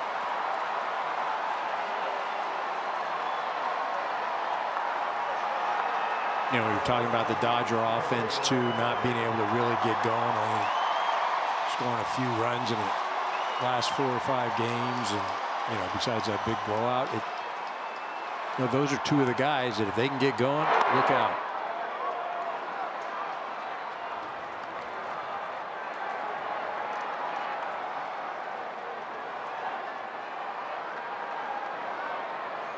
Ohtani's 0 for 3 in this ball game. Dodgers 6 runs on 9 hits, even though they haven't got anything from Ohtani yet, who's ahead 2-0. Now, rushing, especially as Will Smith's absence, looks like it's going to be longer than initially thought, planned. Tucker, especially though, when you look at who's fallen short of expectations, he of course is at the top of that list. And yeah, the offense is #1 in just about every category. Ohtani with a bullet of the base hit to right center. But one of the reasons that it has not always felt like that has been some superstar hitters have gone through extensive slumps. Mookie Betts has come out of his. And waiting on Kyle Tucker to do the same, showing a good sign with a home run swing here in this 6th inning. 1 of the 2 against Vasquez, and they have cracked this game loose right after the Padres tie it. Dodgers with a 5 spot and still going here in the 6th. The pitching change back to San Diego in a moment.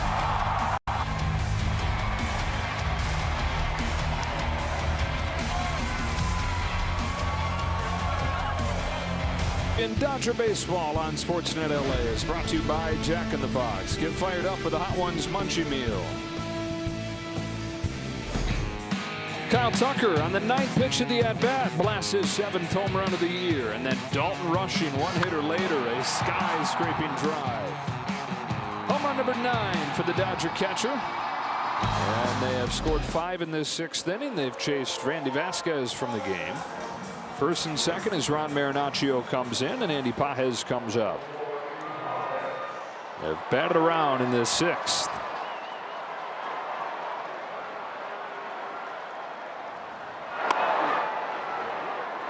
A little high on Pages. Yeah, Dodgers are liable to hurt somebody this year. You take a look at, tonight, take a look at 5 home runs allowed and ERA just above 3.5. But talking about hurting somebody, they have 8 batted balls over 104 miles an hour tonight. That ties a season high. We still got a few more innings to swing it a little bit too. Pages 1 for 3. Scott Freeland at second. Ohtani at first. Waits on this 2-0 pitch from Marinaccio.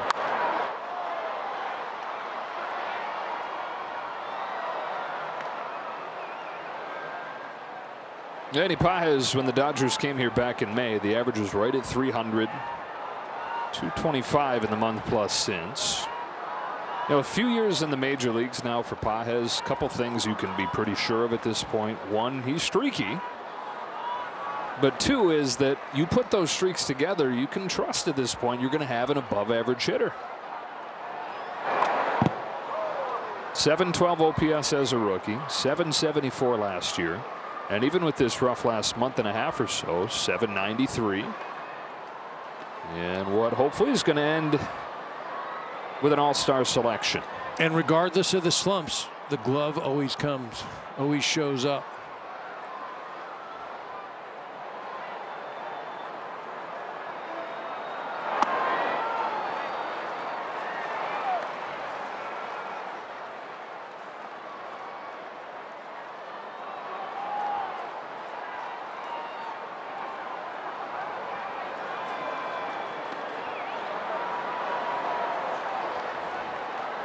On a payoff, Pages takes ball 4 to load the bases. And the guy who started this inning with a double in Freddie Freeman comes up with the bases loaded and still just 1 out.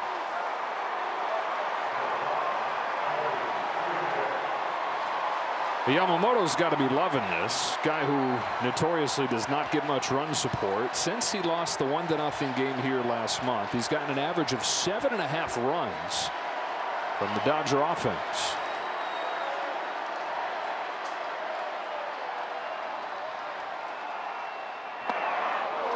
Freeman chases, strike 1. Begging the other day for multi-hit games, 4 of those in a row for the first time in 3 years. How about a multi-hit inning?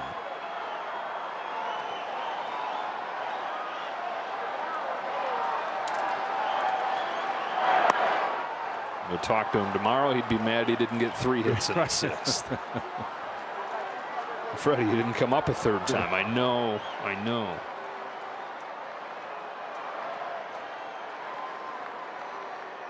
7 grand slams in his career. Had one to hit right there.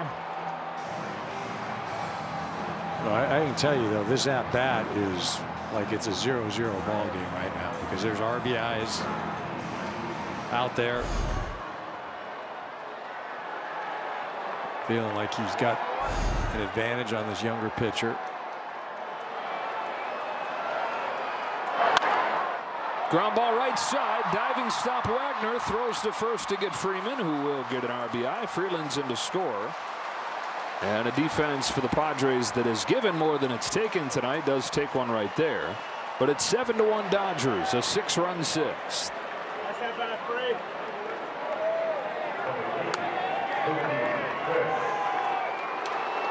And now Mookie Betts trying to join in on the fun. He is the only Dodger that hasn't reached base in this game.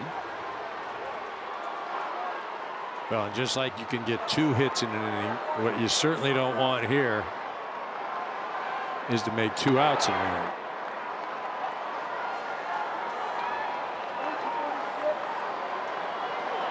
Actually, you really don't care at this point at your career and all this, and your Mookie Betts, but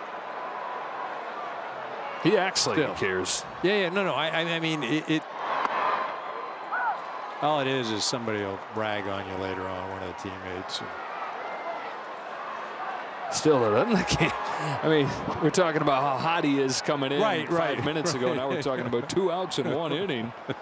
Oh, no. Driven in the air to left center field. Taylor on the run. He'll turn and watch this one go. Mookie Betts with a 3-run home run, and the Dodgers with an explosion in San Diego.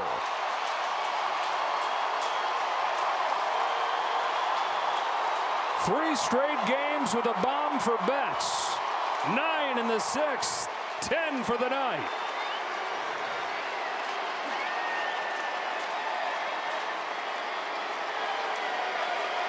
Take that.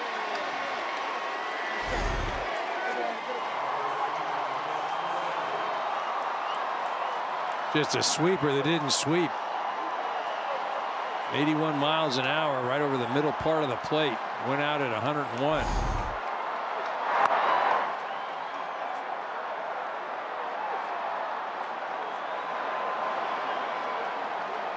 Shoot, we're going to be in position player pitcher in a couple innings, right?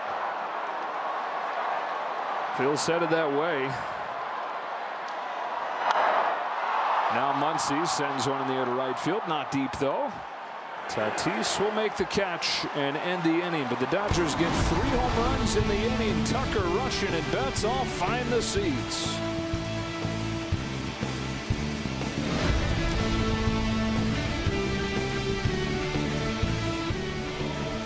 Back-to-back world champion Dodger baseball on Sportsnet LA is brought to you by Shakey's Pizza Parlor, serving up handcrafted pizza, crispy fried chicken, and famous Mojo potatoes since 1954. 10-1 Dodgers. If you happen to have to run out and grab dinner or took a break from the game for a minute and came back, what in the world? 9-run top of the 6th. And life has changed for Yamamoto. This is tight and tense. Last time he was out there, he gave up the game-tying home run to Sheets. Now he's got a 9-run lead as he faces the top of the order. 2-0 on Tatis. And you go back, certainly a lot of hitting by the Dodgers last inning, but also an error by the second baseman that really opened things up.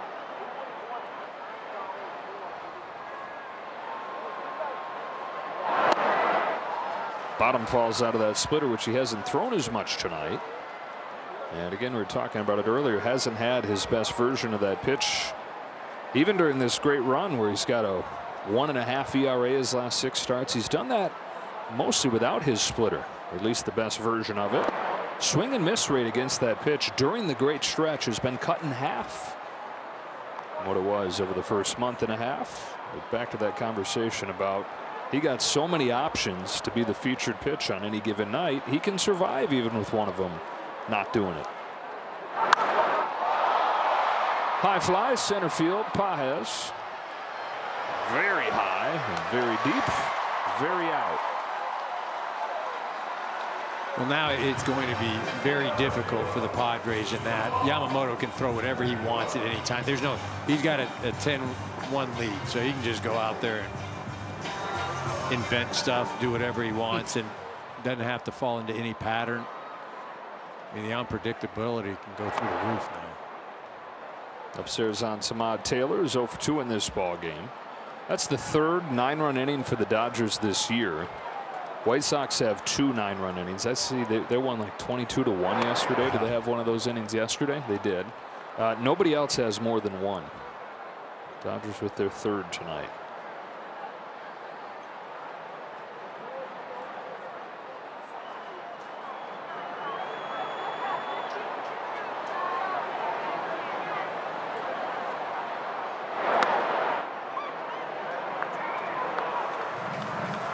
Ball 3 on Taylor. 4 Ks, just 1 walk in this game for Yamamoto.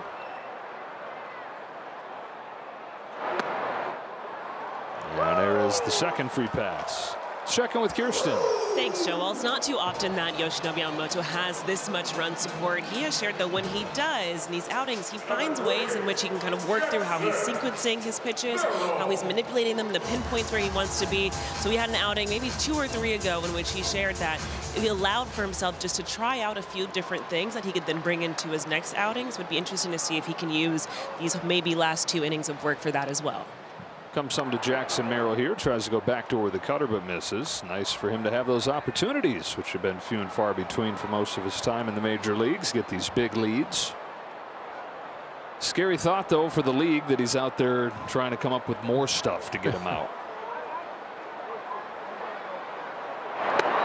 I mean, it's mastery. It's artistry. It's mastery, his pitching.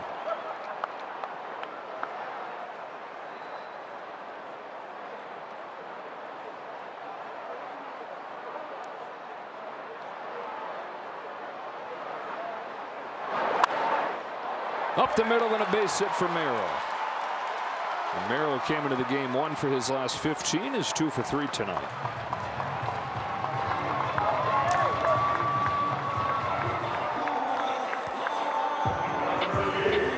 2 on with 1 out. It brings up Manny Machado, who Yamamoto has carved up. Okay, it really has. 2 strikeouts, both swinging, and you know it's just been a variety as far as types of pitches, but all in the same location. Right, the slider, the sinker, splitter, curveball, everything though is glove side down and off the plate just a little bit too.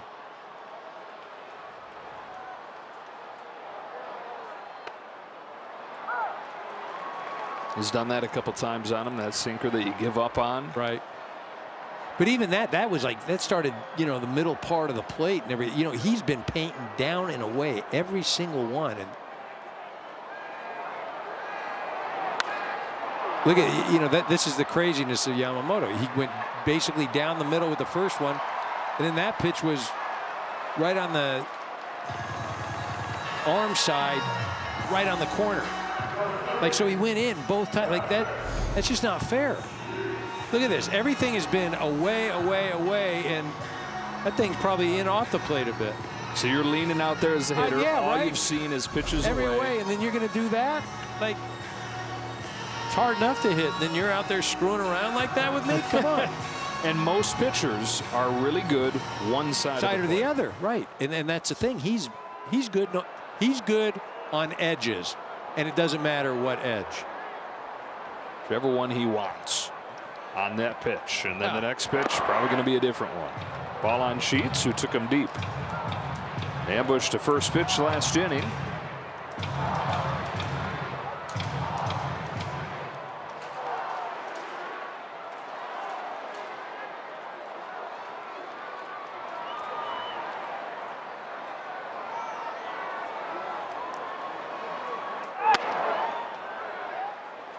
Went around on the cutter, 1 ball, 1 strike.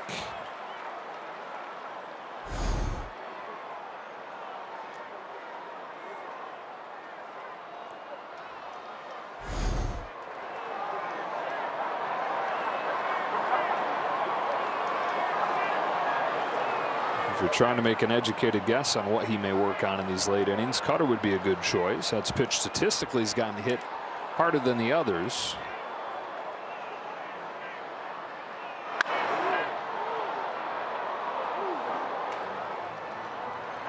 And then based on what we were talking about, maybe the splitter as well. Maybe looking for the feel on that pitch to carry forward. It's going to be back-to-back starts against these Padres.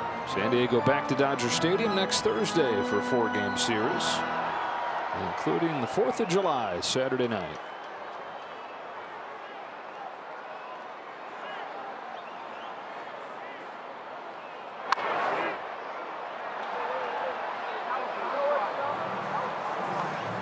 Yamamoto lined up to start Friday's game of that series.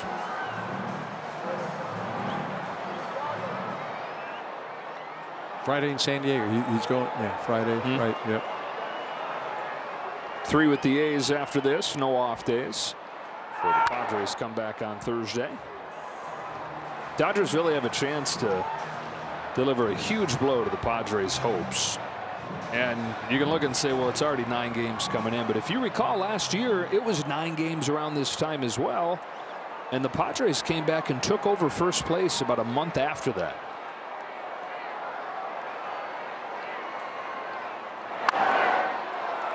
I mean, you can never say never, but that's never happening. It just isn't. What's different? What's different? So the Padres don't have the depth, right? And look at their starting pitching. They're going, you know, I don't know if they're going to have the luxury to go out and do something, but you know, we're going to see Michael King tomorrow. He is their guy. You know, he's going to have to remain healthy. Is Walker Buehler? He's been great, but does he have enough in the tank to go another, you know, half a season? A couple of those guys are going to get back at some point, Musgrove and Pivetta. But yeah, I'm with you. Right. You know, but that's what you're counting. You're counting on, you know, guys that have been hurt. Sheets with a base hit into right field, and he's knocked in both runs for the Padres. Taylor in to score, 10-2. Well, you know, if there's moves to be made, A.J. Preller's going to make them. As aggressive as any GM. He's doing a nice job of keeping his head on the ball. But you're right.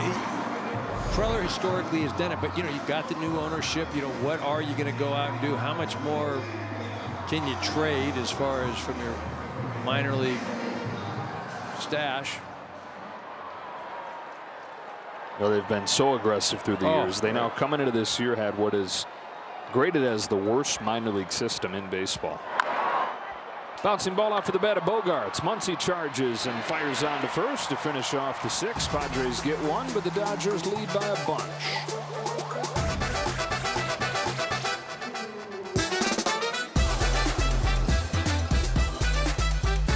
Dodger Baseball on Sportsnet LA is brought to you by your local Kia dealers. Visit Kia.com to discover movement that inspires.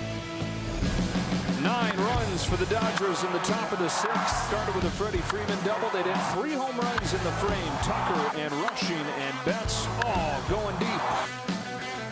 And the Dodgers well on their way to tying this series up at a game apiece. It's Tommy Edman to lead off the 7th, and he takes the ball upstairs from Ron Marinaccio. Edman, Tucker, and Rushing in this inning.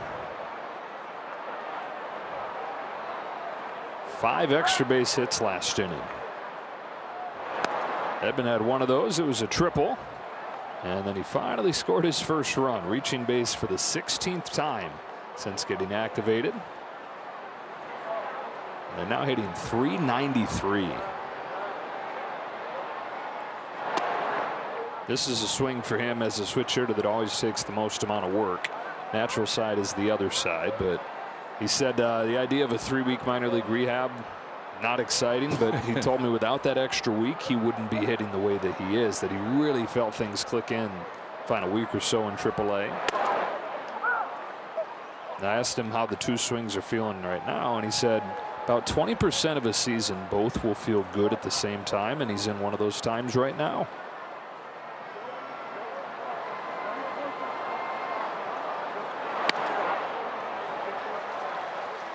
He's got a walk to lead off this 7th. Well, Kyle Tucker, one of the big stories in this game is him connecting, capping off a 9-pitch at bat with a blast of a home run. Well, just as important where that ball landed was really the at bat getting to that point. You mentioned 9 pitches, fouled off a ton. Big situation, runner on third. Good to see Kyle come through like that. I was talking with Robert Van Scoyoc about Tucker before the game today, and he said there's been a lot of talk about the swing decisions, by him not being as aggressive, but that right now it's more about mechanics where, look, it's never necessarily going to be the prettiest swing, but always one of the simplest swings. And RVS is saying that his #1 quality is that his barrel, when he's right, is in the strike zone for the maximum amount of time, in there longer than anybody.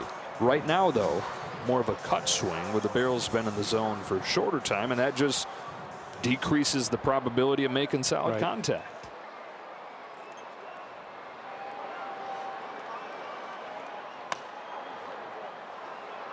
I always get back to, at the end of the day, it's are you seeing the ball? Because what you're seeing is going to dictate how your body moves. And if you're not seeing it, you feel like you've got to be rushed. Maybe you're in and out of the zone quicker because you're trying to be fast. Before I do anything, I got to see the ball. And whether that's going down and tracking pitches all day long, whether that's standing in on bullpens, I've got to slow things down and just watch it. Because again, how I see it is how I'm going to react.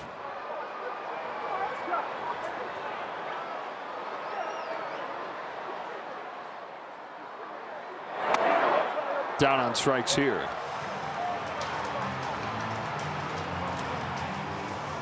Well, from one guy who was looking for that good feeling and found it to another, Dalton Rushing unloaded on this ball. His 9th.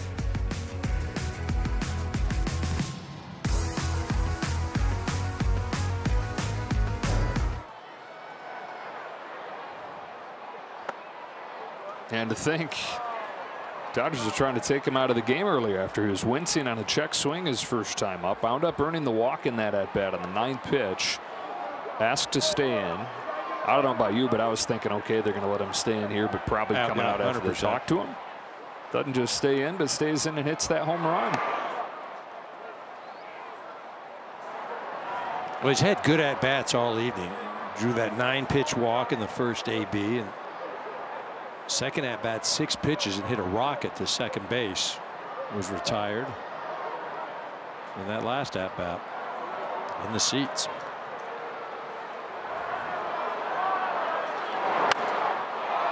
Flies one towards the right field corner. Tatis is over, still coming, makes the catch.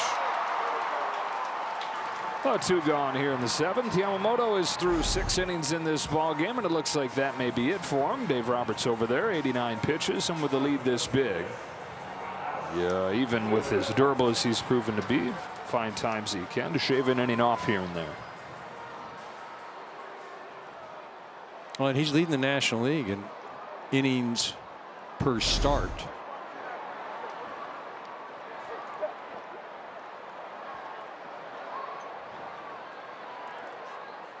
Freeland.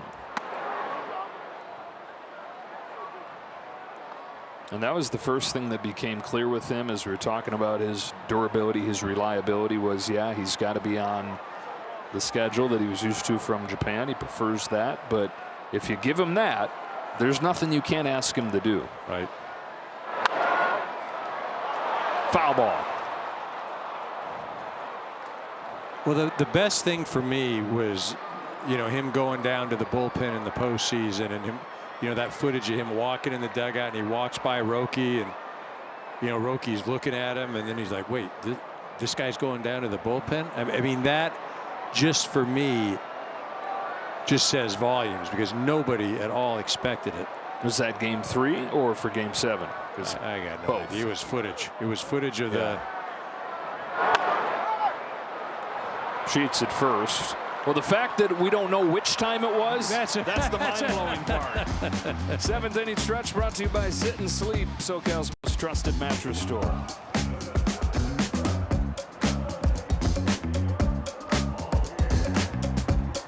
Nine-run 6th inning for the Dodgers, the headline in this ball game. To the bottom of the 7th, we go into the bullpen. The Dodgers go. Call to the pen, brought to you by Jacoby and Myers. Kyle Hurt comes on to pitch. See, Kyle's been throwing pretty well as of late. Had a little hiccup against Pittsburgh, but other than that, he has really done a nice job out of the pen. See more strikeouts and innings pitched. Opponents just hitting a paltry 200 against him.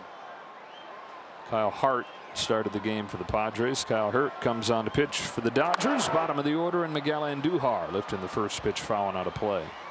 So the Dodgers had not had a 9-run inning in 3 years. Got to go back to 2023 to find their last 9-run inning. This is the most, tied for the most, already the most 9-run innings they've had in a season since moving to Los Angeles. Betts to get Andujar. Franchise record is 4 9-run innings in a season. That was in 1943. What do you think? They're going to get it? So they've already had 4. We're not. They've had 3. Record is 4. Yeah, I mean, look, and they're doing this with a lineup that is probably not what it's going to look like at the end of the year. Down 2 everyday players. Some guys haven't gotten to their groove yet. So I'm going to go out on a limb and say yes. Tying it. Oh, I'm going to really. Setting it. Let's go.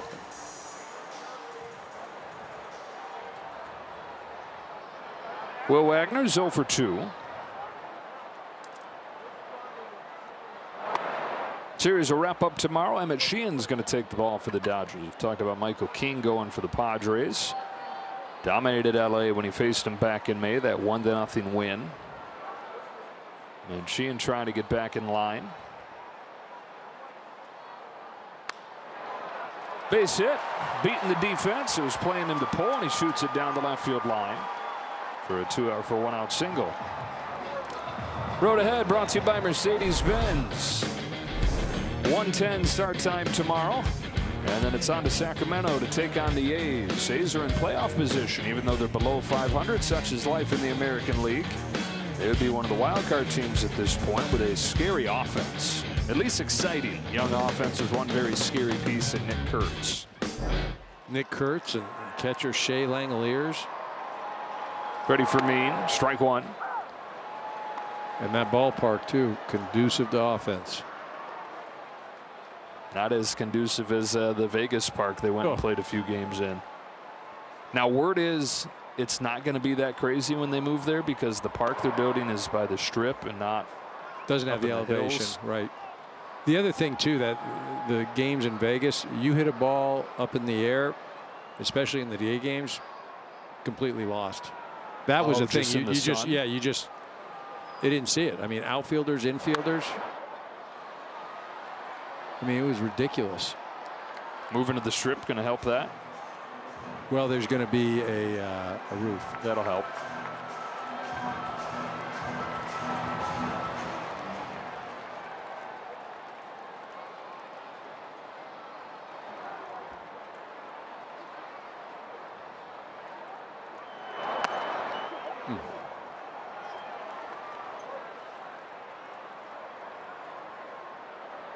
That is set for 2028, opening that stadium on the Strip.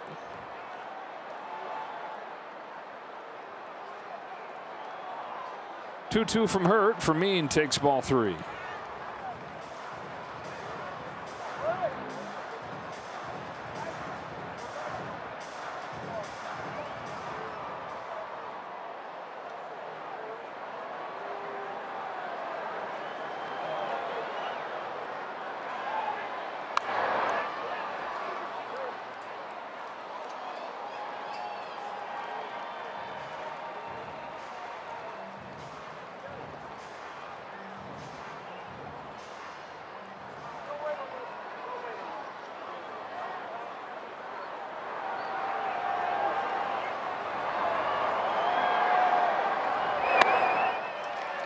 And now walk. So Hurt walks the 9-hitter here in a 10-2 ball game. First and second. Back to the top in Tatis. They're talking about these Padres just sweeping the Braves, who for pretty much the entire season have had the top record in baseball. Atlanta, though, has lost 10 of its last 14 games. Currently trailing the Giants 5-0 in the top of the 8th inning. They have just 1 hit in that game. And the Phillies have climbed to within 4 games in the division. Strike on Tatis. Yeah, if you had to pick, you'd pick the Phillies to win that division. And just, you know, the Phillies, that was an anomaly the way they started. And they were without Zach Wheeler. And, you know, you can talk about the manager change, which obviously had an impact. Don Mattingly taking over. But you also look at the return of Zach Wheeler. Is also right around that time. Also, the schedule eased up in a big way. Starting with when he took over, they played 22 games in a row against sub-500 teams. You think Dave Dombrowski didn't know what he was doing? Right? I mean, that's why he is going to be a Hall of Famer. Tatis rips one to left field, a base hit. Wagner heads for the plate. He will score, and it's 10-3.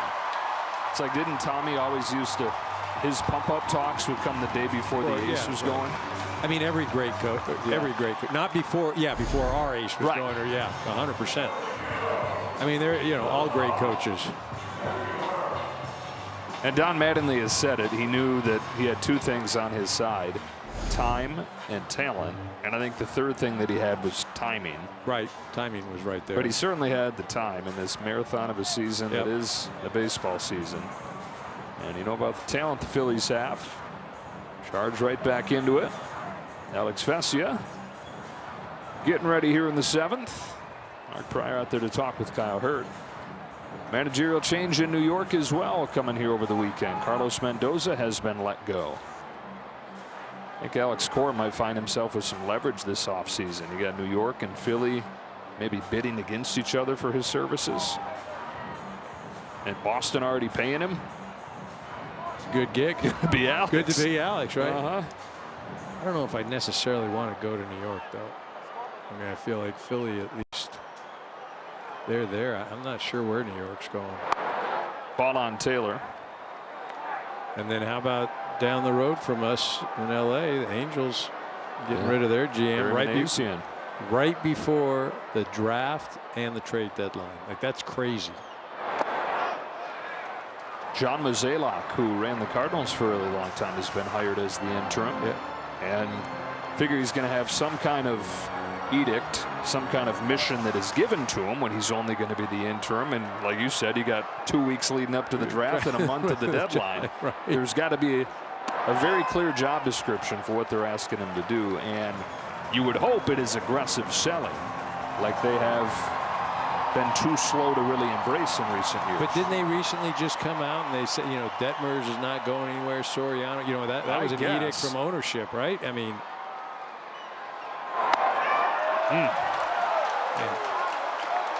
walk to Taylor, bases loaded.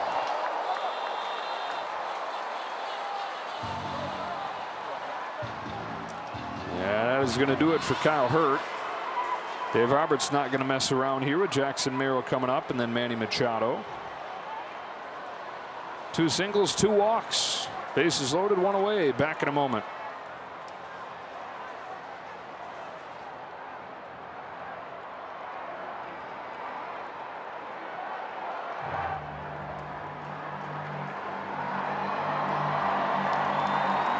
Alex Vesia, who has fired 7 consecutive scoreless appearances, comes on here with the bases loaded. The Padres threatening to make this interesting. yeah, Dave certainly didn't want to go to the bullpen. He figured with a lead and Kyle Hurt out there, and he'd been throwing well, he could tame things a little bit and preserve the bullpen if needed for tomorrow. But he's not messing around, going right to Vesia in this situation. For Jackson Merrill, who's 2 out of 3 in this ball game. He came in slumping, 1 for his last 15, but a pair of singles against Yamamoto. Fouls off the first pitch.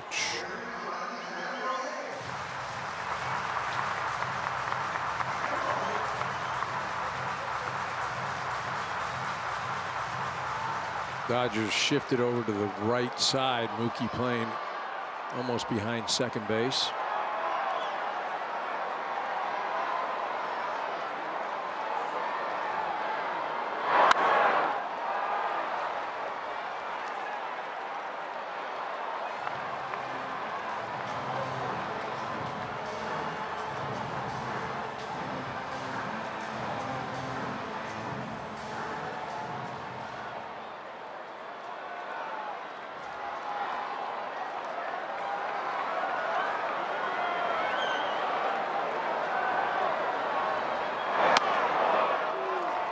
One ball and 2 strikes.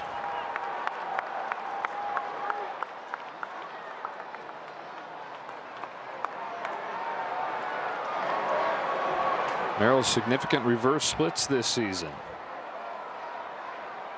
Bases loaded, 1 out. Here's a 1-2 from Alex Vesia. Jackson Merrill pokes it along third and foul.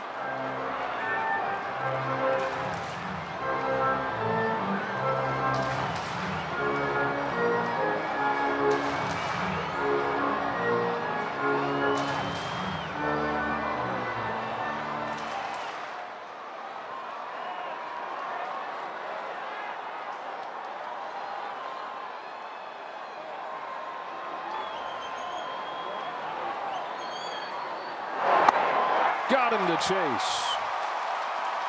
For out number 2. How about that? A high slider out of the zone.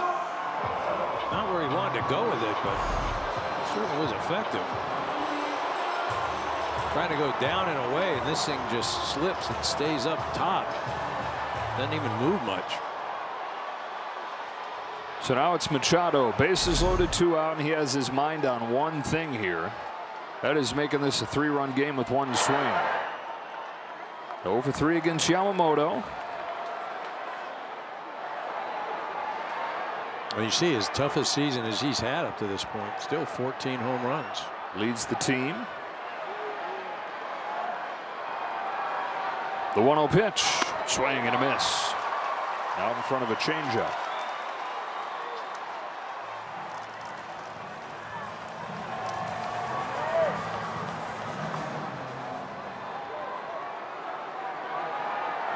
15 years in the major leagues for Machado, 14 grand slams. On a 1-1 from Vesia. Takes it very high for ball 2. Kevin Sheets waits on deck. Padres 1 in the 5th, 1 in the 6th, 1 here in the 7th.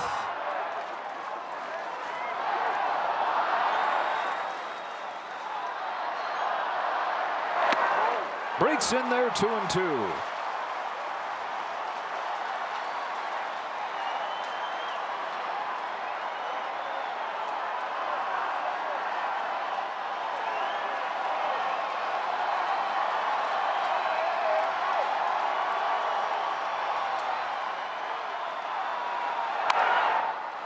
Ground ball left side. Muncy's got it. Throw to second is in time, although this is really close. Samad Taylor sliding in there. Padres saying hang on. They're going to check with the video room. And they say play on. Just in time at second. And Vesia gets out of the bases loaded jam.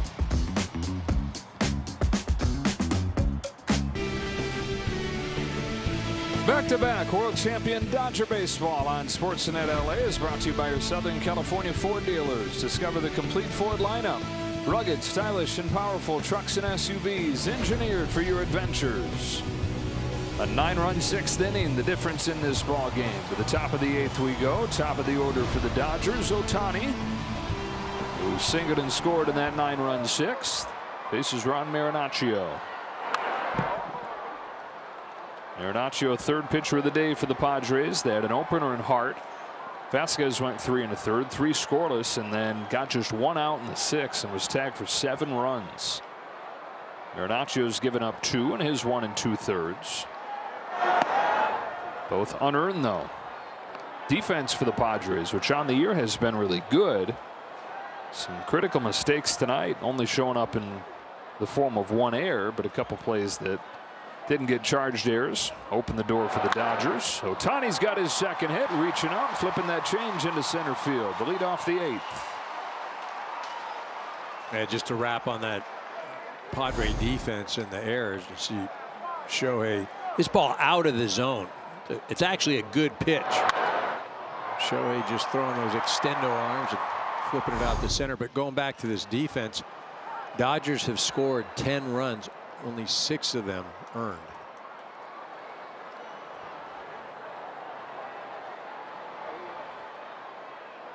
So Ohtani aboard. Pages up, single and a walk today.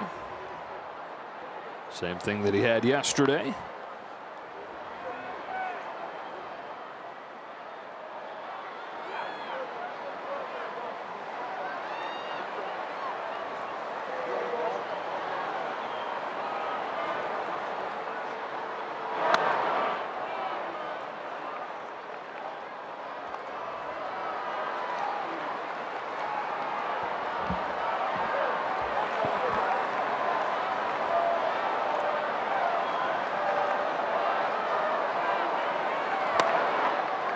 Bruno.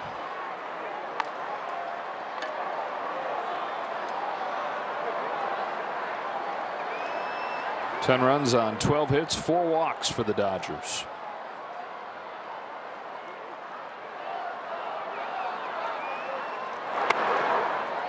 And there's 5. Second one for Pages. So they've contributed all this offense on their own, and then they've gotten some help. Yeah, this was early on. Tatis trying to make a great catch, should have just played that into a single, and Tommy Edman follows this ball. Jackson Merrill taking a step in and realized that's going over my head. Will Wagner tried to use his foot to catch that ball, didn't work. Rarely does. Well, in honor of the World Cup. That's true. Team USA round of 32 Wednesday. Yep. Against Bosnia. Should beat Bosnia. Should, right? But yeah.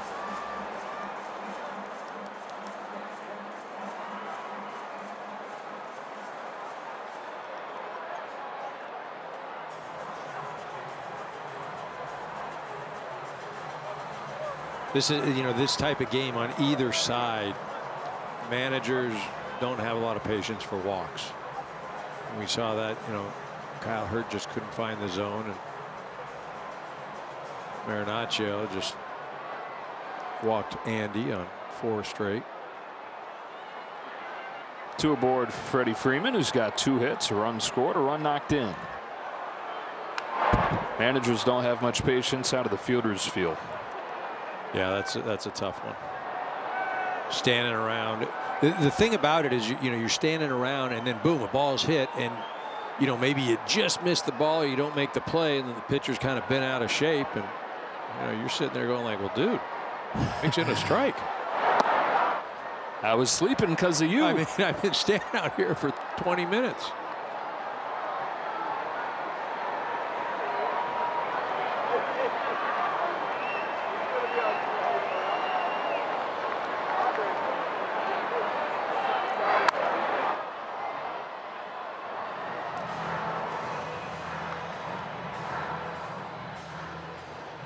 Some stirring down in the bullpen. David Morgan.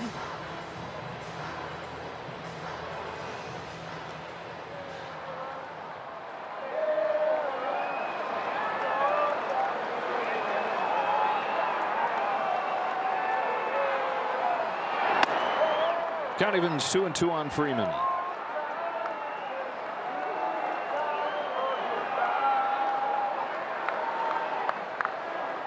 Jack Dreyer ready for the Dodgers for the last of the 8th.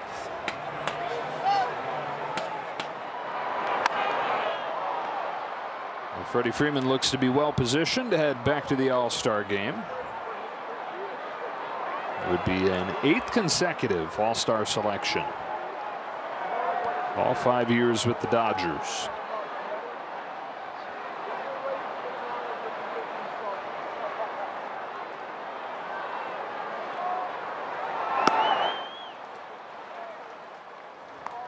A lot of Dodgers in the vote getting. Here's the finalists on the Dodgers, voting to begin on Monday. And Will Smith and Tasker Hernandez, even with their injured list stints, find themselves as finalists. Freeman to right field, a 3rd hit. Station to station to load the bases. Have a night, have a trip, Freddie Freeman. Have a career. That too.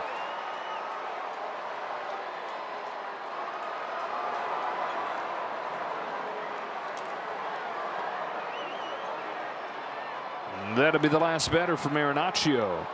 Single, walk, single, and Mookie Betts, who went deep his last time, is going to come up here with the bases loaded. We'll be back in a moment.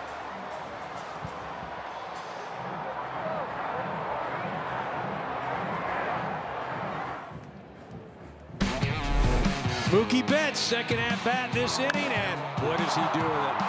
Puts it out in the seats, just continuing to swing the bat well. I mean, Mookie has been playing some great baseball this last month. Hitting the ball, we're showing that the defense has been outstanding. Getting back in his groove. First time since the 4-game streak, games 2 through 5, the 2024 season, that he's had a home run in 3 consecutive ball games. Boy, something about getting out of that 2 spot, huh? Nobody's hitting the 2 spot. Mookie's OPS as a 2-hitter was .430. It's getting up near 900 since moving to the cleanup spot. Trying to be a cleanup man right here. Bases loaded, nobody out. Already 10 runs for the Dodgers in this game. Getting greedy as David Morgan checks in and fires a fastball by him.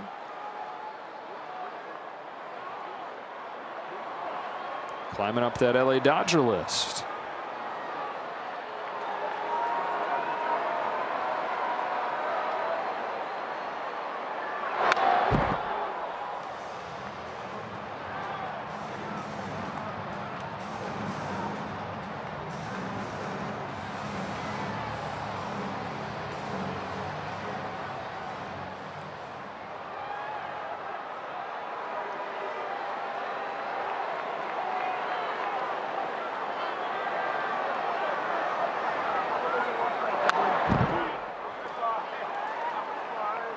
Well, that fastball gets on you quick, doesn't it? Yeah, it does. It just shoot. It sneaks out of there. This guy, he loves a slider, though.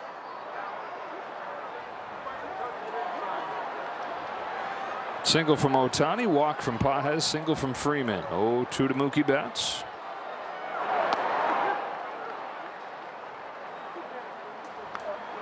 And Mookie was up there in that 6th inning, having made the first out of the inning with a ground out to third, saying I can't make 2 outs in 1 inning. And not only did he not hit a home run, 11th of the year, 3rd in as many games this week on this trip. Count evens up 2-2.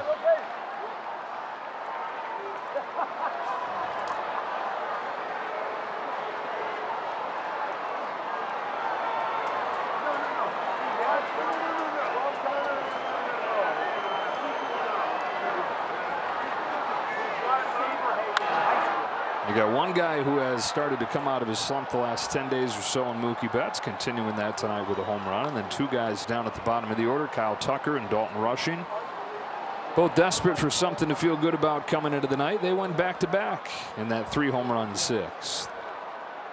So everybody in the lineup has at least 1 hit in this game. Everybody in the lineup has scored at least 1 run.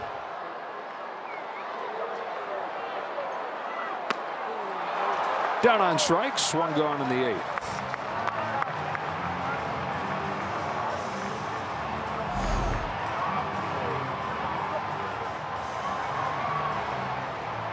This is a 1-1 game through 5 innings.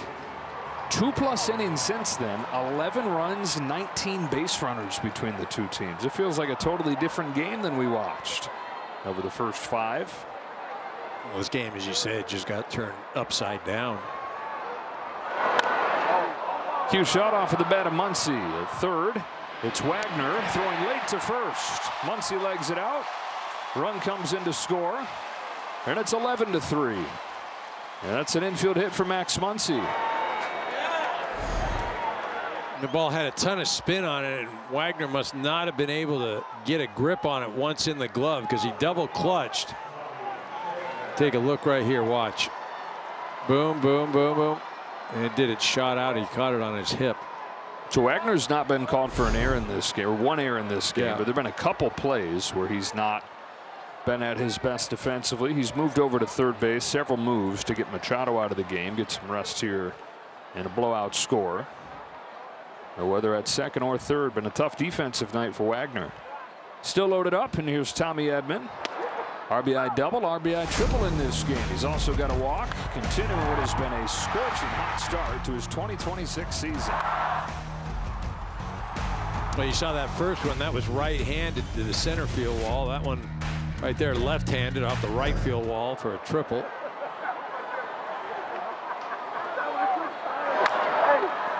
Chopper right side. Sheets goes way over there to get it. Feeds Morgan, who steps on the bag for out number 2, but another run does score. 3rd run batted in for Tommy Edman, and the Dodgers have a dozen. And you quickly look at Tommy Edman, make sure that he's running okay with that awkward finish over there at first. It does appear to be all right. How about Tommy? And you see him putting on the brakes real quick.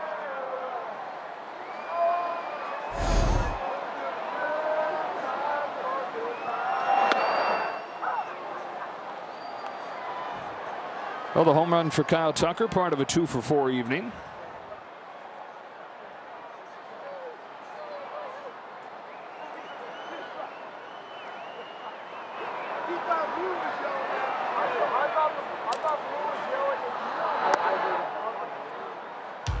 Worth seeing again. 9th pitch of the at-bat. Tucker battling just to get there and then rewarded with that ball in the seats.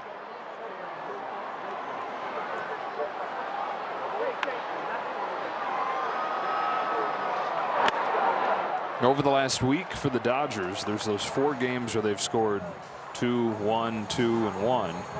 But this is the 2nd game the last week where they've scored 12. Did so on Tuesday in Minneapolis.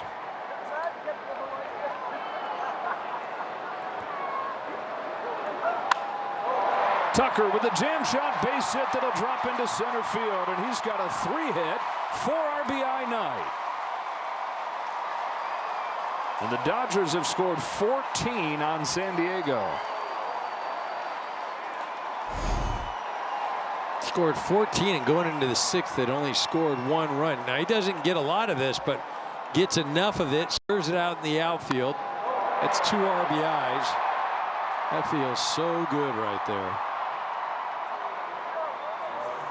This against the Padres pitching staff that during the 4-game winning streak had given up a total of 9. And the old pitcher Craig Stammen ready for today to become tomorrow. Strike 1 on Dalton Rushing.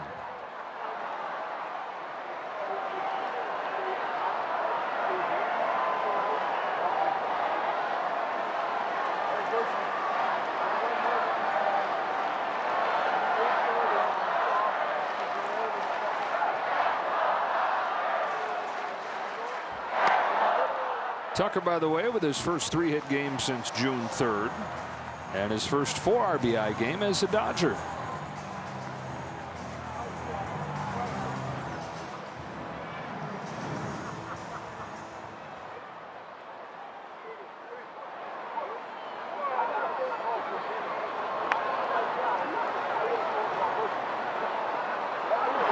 In fact, his last 7 games, he had 3 hits and 1 RBI. 3 hits, 4 RBIs tonight as Rushing goes down on strikes.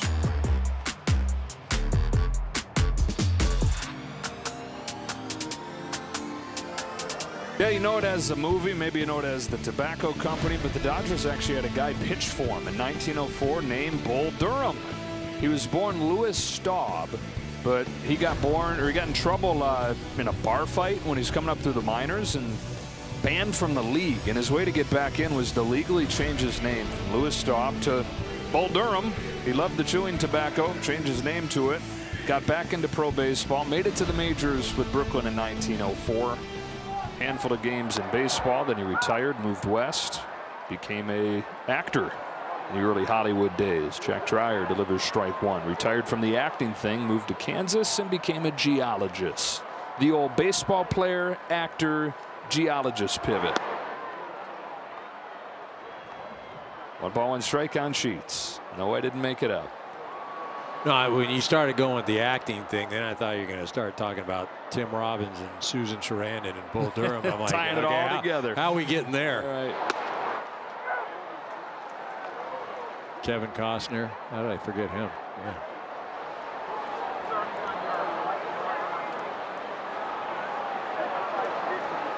Dodgers by a football score over the Padres here.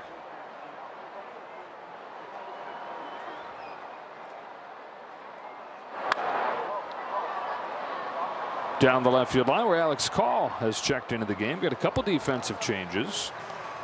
Calling into the game in left. Tommy Edman has gone from left to second. Alex Freeland has slid over to short. Just the second time that he's played there in the major leagues. And Ryan Ward getting in for Freddie Freeman. So Dave Roberts getting Freeman and Betts both off their feet.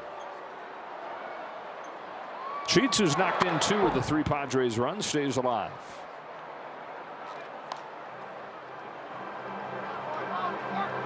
Sheets, who signed a minor league deal with the Padres after the White Sox cut him loose, is at 31 home runs, make it 32 now with his home run against Yamamoto earlier tonight, and his year plus with the Padres. He's got his 3rd hit of the ballgame. Overall, he's been their best hitter this year in this slumping offense. Sheets has been the most consistent guy. He's tailed off a little bit lately, but overall the best numbers. And they say, too, not just the production, but he's been a great guy to have around, especially through this rough stretch where things have seemed pretty dark at times for the Padres. He's always a positive one, pulling the guys together. Several people talked about him as a connector, bringing together different ends of the clubhouse for whether that's going out to dinner or the chats long after the game, sitting there having a drink. Jace Bowen takes downstairs for a ball. And just talking baseball.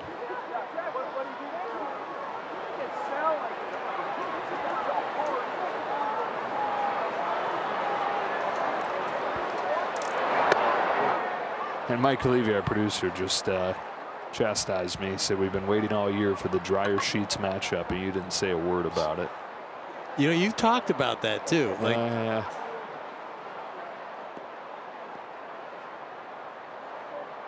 Now our clothes aren't soft. Is that what those things do? So, make them smell good, soften them. You two are a great combo, like peanut butter and jelly. Dryer and sheets. All smelling better for it. Bouncer up the middle. Freeland's going to get a chance here to shovel it off to second. And they get one.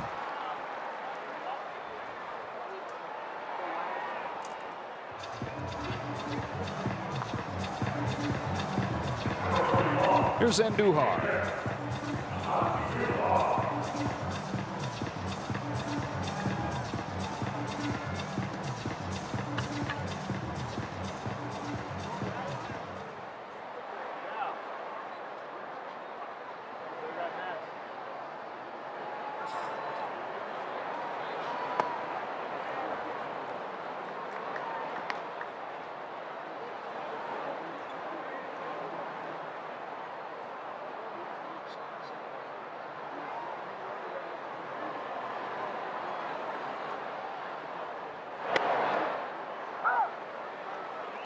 Talking about dryer sheets feels like a good time in a 14-3 game to talk about the clubhouse staff and everything those guys do. When we talk about the stretches where the Dodgers get into it, where there's a few weeks without a day off, those are some long nights, some long, endless hours, thankless hours for Alex Torres and his staff.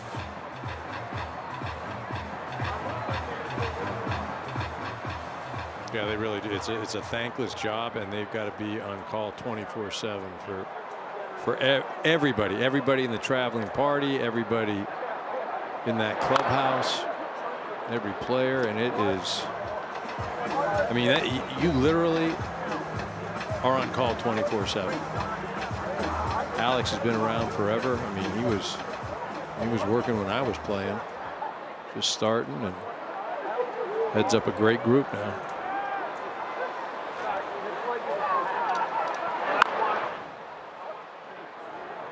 Did you ever really take full advantage of the on-call side of it? I'm not going to answer that. Such a great way to say yes.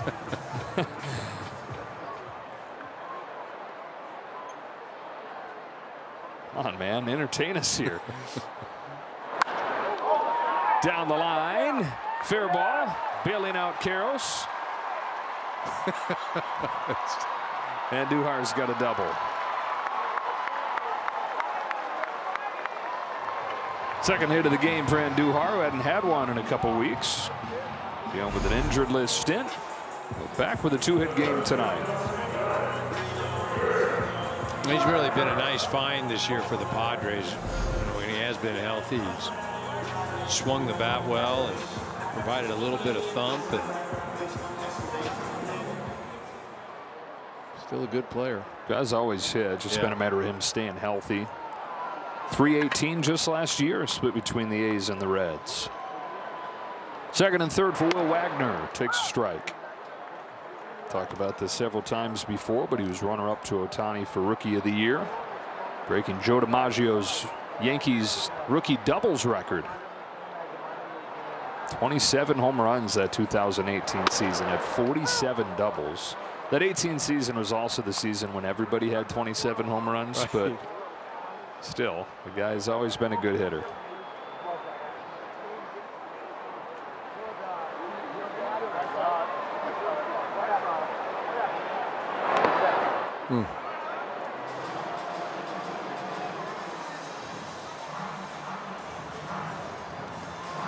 One ball and two strikes on Wagner, who went to Liberty University, got drafted by his dad's team, the Astros, but then traded at the deadline back-to-back years. Traded to the Jays in 24 at the deadline, to the Padres last year. Wonder if he's holding his breath this next month.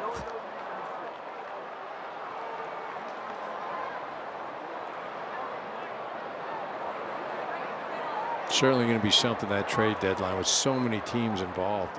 I mean, How many teams are going to be sellers, or are contenders going to trade to contenders? Where's Scooble going? Wow, get off me ball. Popped to third and caught by Max Muncy.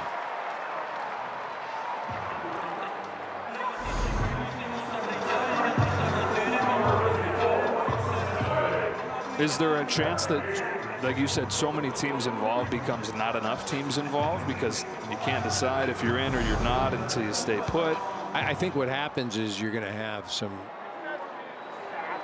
trades that you're going to overpay because there's going to be so many teams in competition for the finite number of players, especially when you get into relief pitching, because there isn't a team out there that's not going to want to add or won't at least considering adding in the relief corps.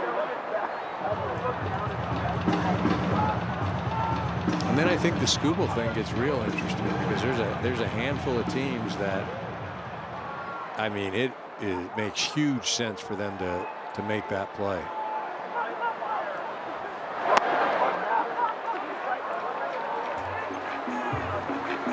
You know, I know that American League Central feels like it's wide open, but I just don't know that, you know, Detroit, they just can't get anything going. But still a little over a month away, right? Tigers 8 games back of the White Sox in that division. And wild card wise, they are probably what, 5 or 6? 5 back. 5, yeah. And that, you can talk yourself into staying involved. But you know, you go back, like I will go back to no end about, you know, the Angels a few years ago with Ohtani. I mean, I was screaming anywhere that they had to trade him. Have to get something for him, and they didn't. And they were something like 5 or 6 back, and then they just fell off the cliff and got nothing. Strike 3 called. That ends the 8th inning. 14-3, Dodgers in front.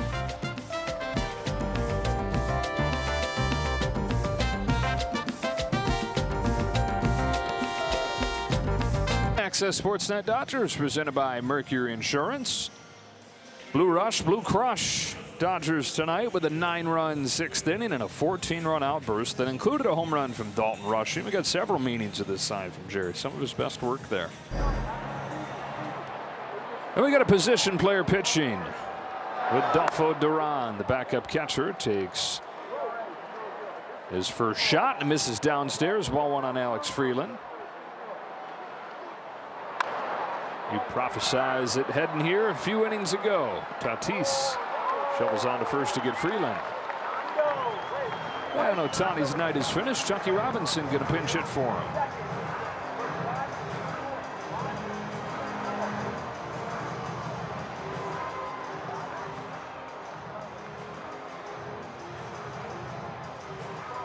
Chucky breaking the hitless drought.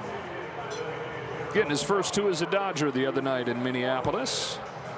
And his first couple in the major leagues in 2 years. Fights it off down the line. Foul. Everybody feeling good for Chucky. They said he's putting all his focus into. He said, look, I'm the backup catcher. I'm there to serve the pitching staff and do all I can to help those guys prepare. Anything I can chip in offensively. Gravy. Finally got some gravy the other night. Way up there. Backside of the diamond. And caught by Song.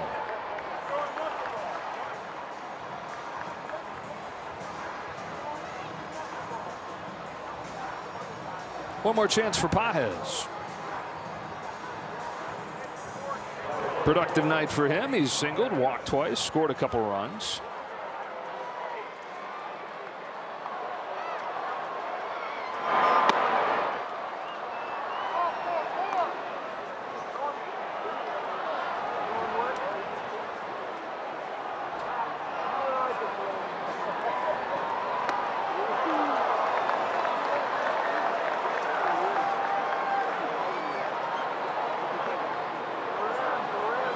Jonathan Hernandez will handle the last of the 9th for LA.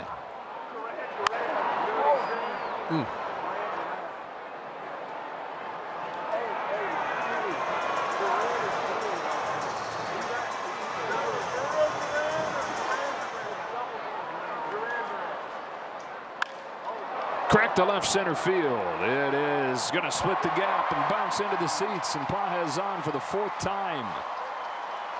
Making a fan's night out there, too, getting a souvenir on that ground rule double.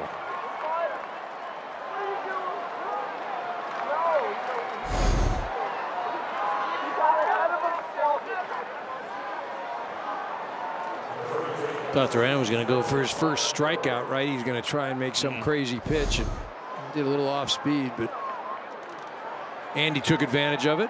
And now Ryan Ward's first at bat. Dodgers with a chance to match their season high in runs scored. Scored 15 May 16th against the Angels. Did it again 10 days after that against the Rockies. Ward rips a line drive to right, and they will. There's number 15 coming in. Ryan Ward off of the bench, drives in Pages, steps on home for the 3rd time.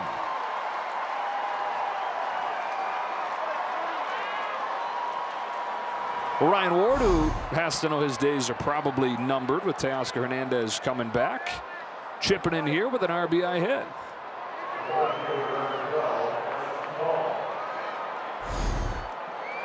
+14 run games. The Dodgers have 4. I know we're at 15. The rest of the National League West combined has 4.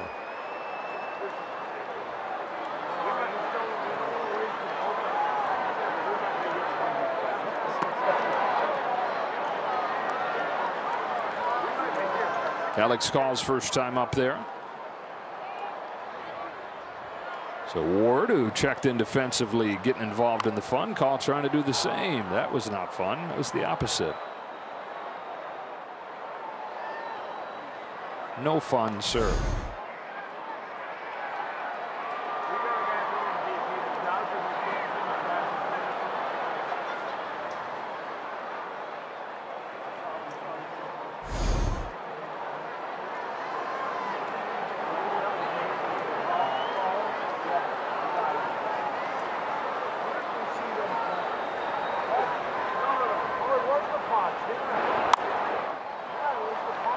Fly ball, shuttle left field. Song will make the catch, but the Dodgers matching a season high tonight. 15 runs, 3 outs away from wrapping it up.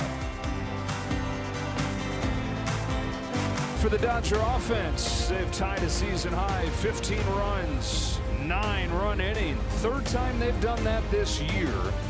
An LA Dodger record already, and we're just barely at the halfway point. Home runs from Tucker, Rushing, and Benson that 6th inning alone. Yeah, we go to the bottom of the 9th inning. It is flame-throwing Miguel Rojas looking for the last 3 outs.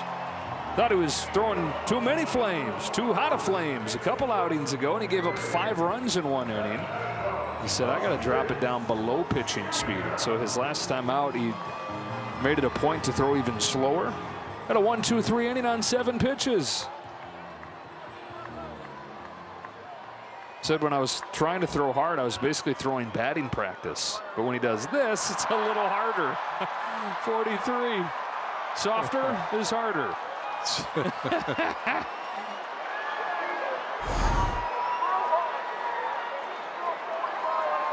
I mean, that's the slow pitch softball thing. And did you see that Rushing? Did you see Rush? He didn't even see it. No, it almost clipped him. Oh, whoa! Freeland. Sick.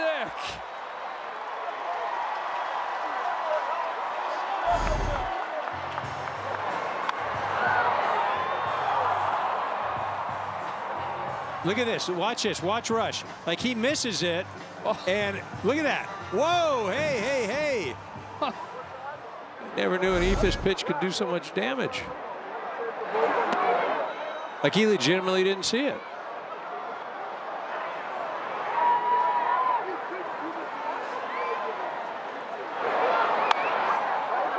Freeland again. That's hilarious. Hey, so StatCast has tracked Miguel Rojas' pitching. His first pitching outing this season, he was averaging 74. And then he dropped it down and averaged a little below 60. That was BP speed. These days, he's averaging 43. I think that's as slow as you can throw and still get it to home. Did you see that ball that Tatis hit? It was 114 off the bat. This one is in the air to left field, and That's it. How about a 5-pitch inning?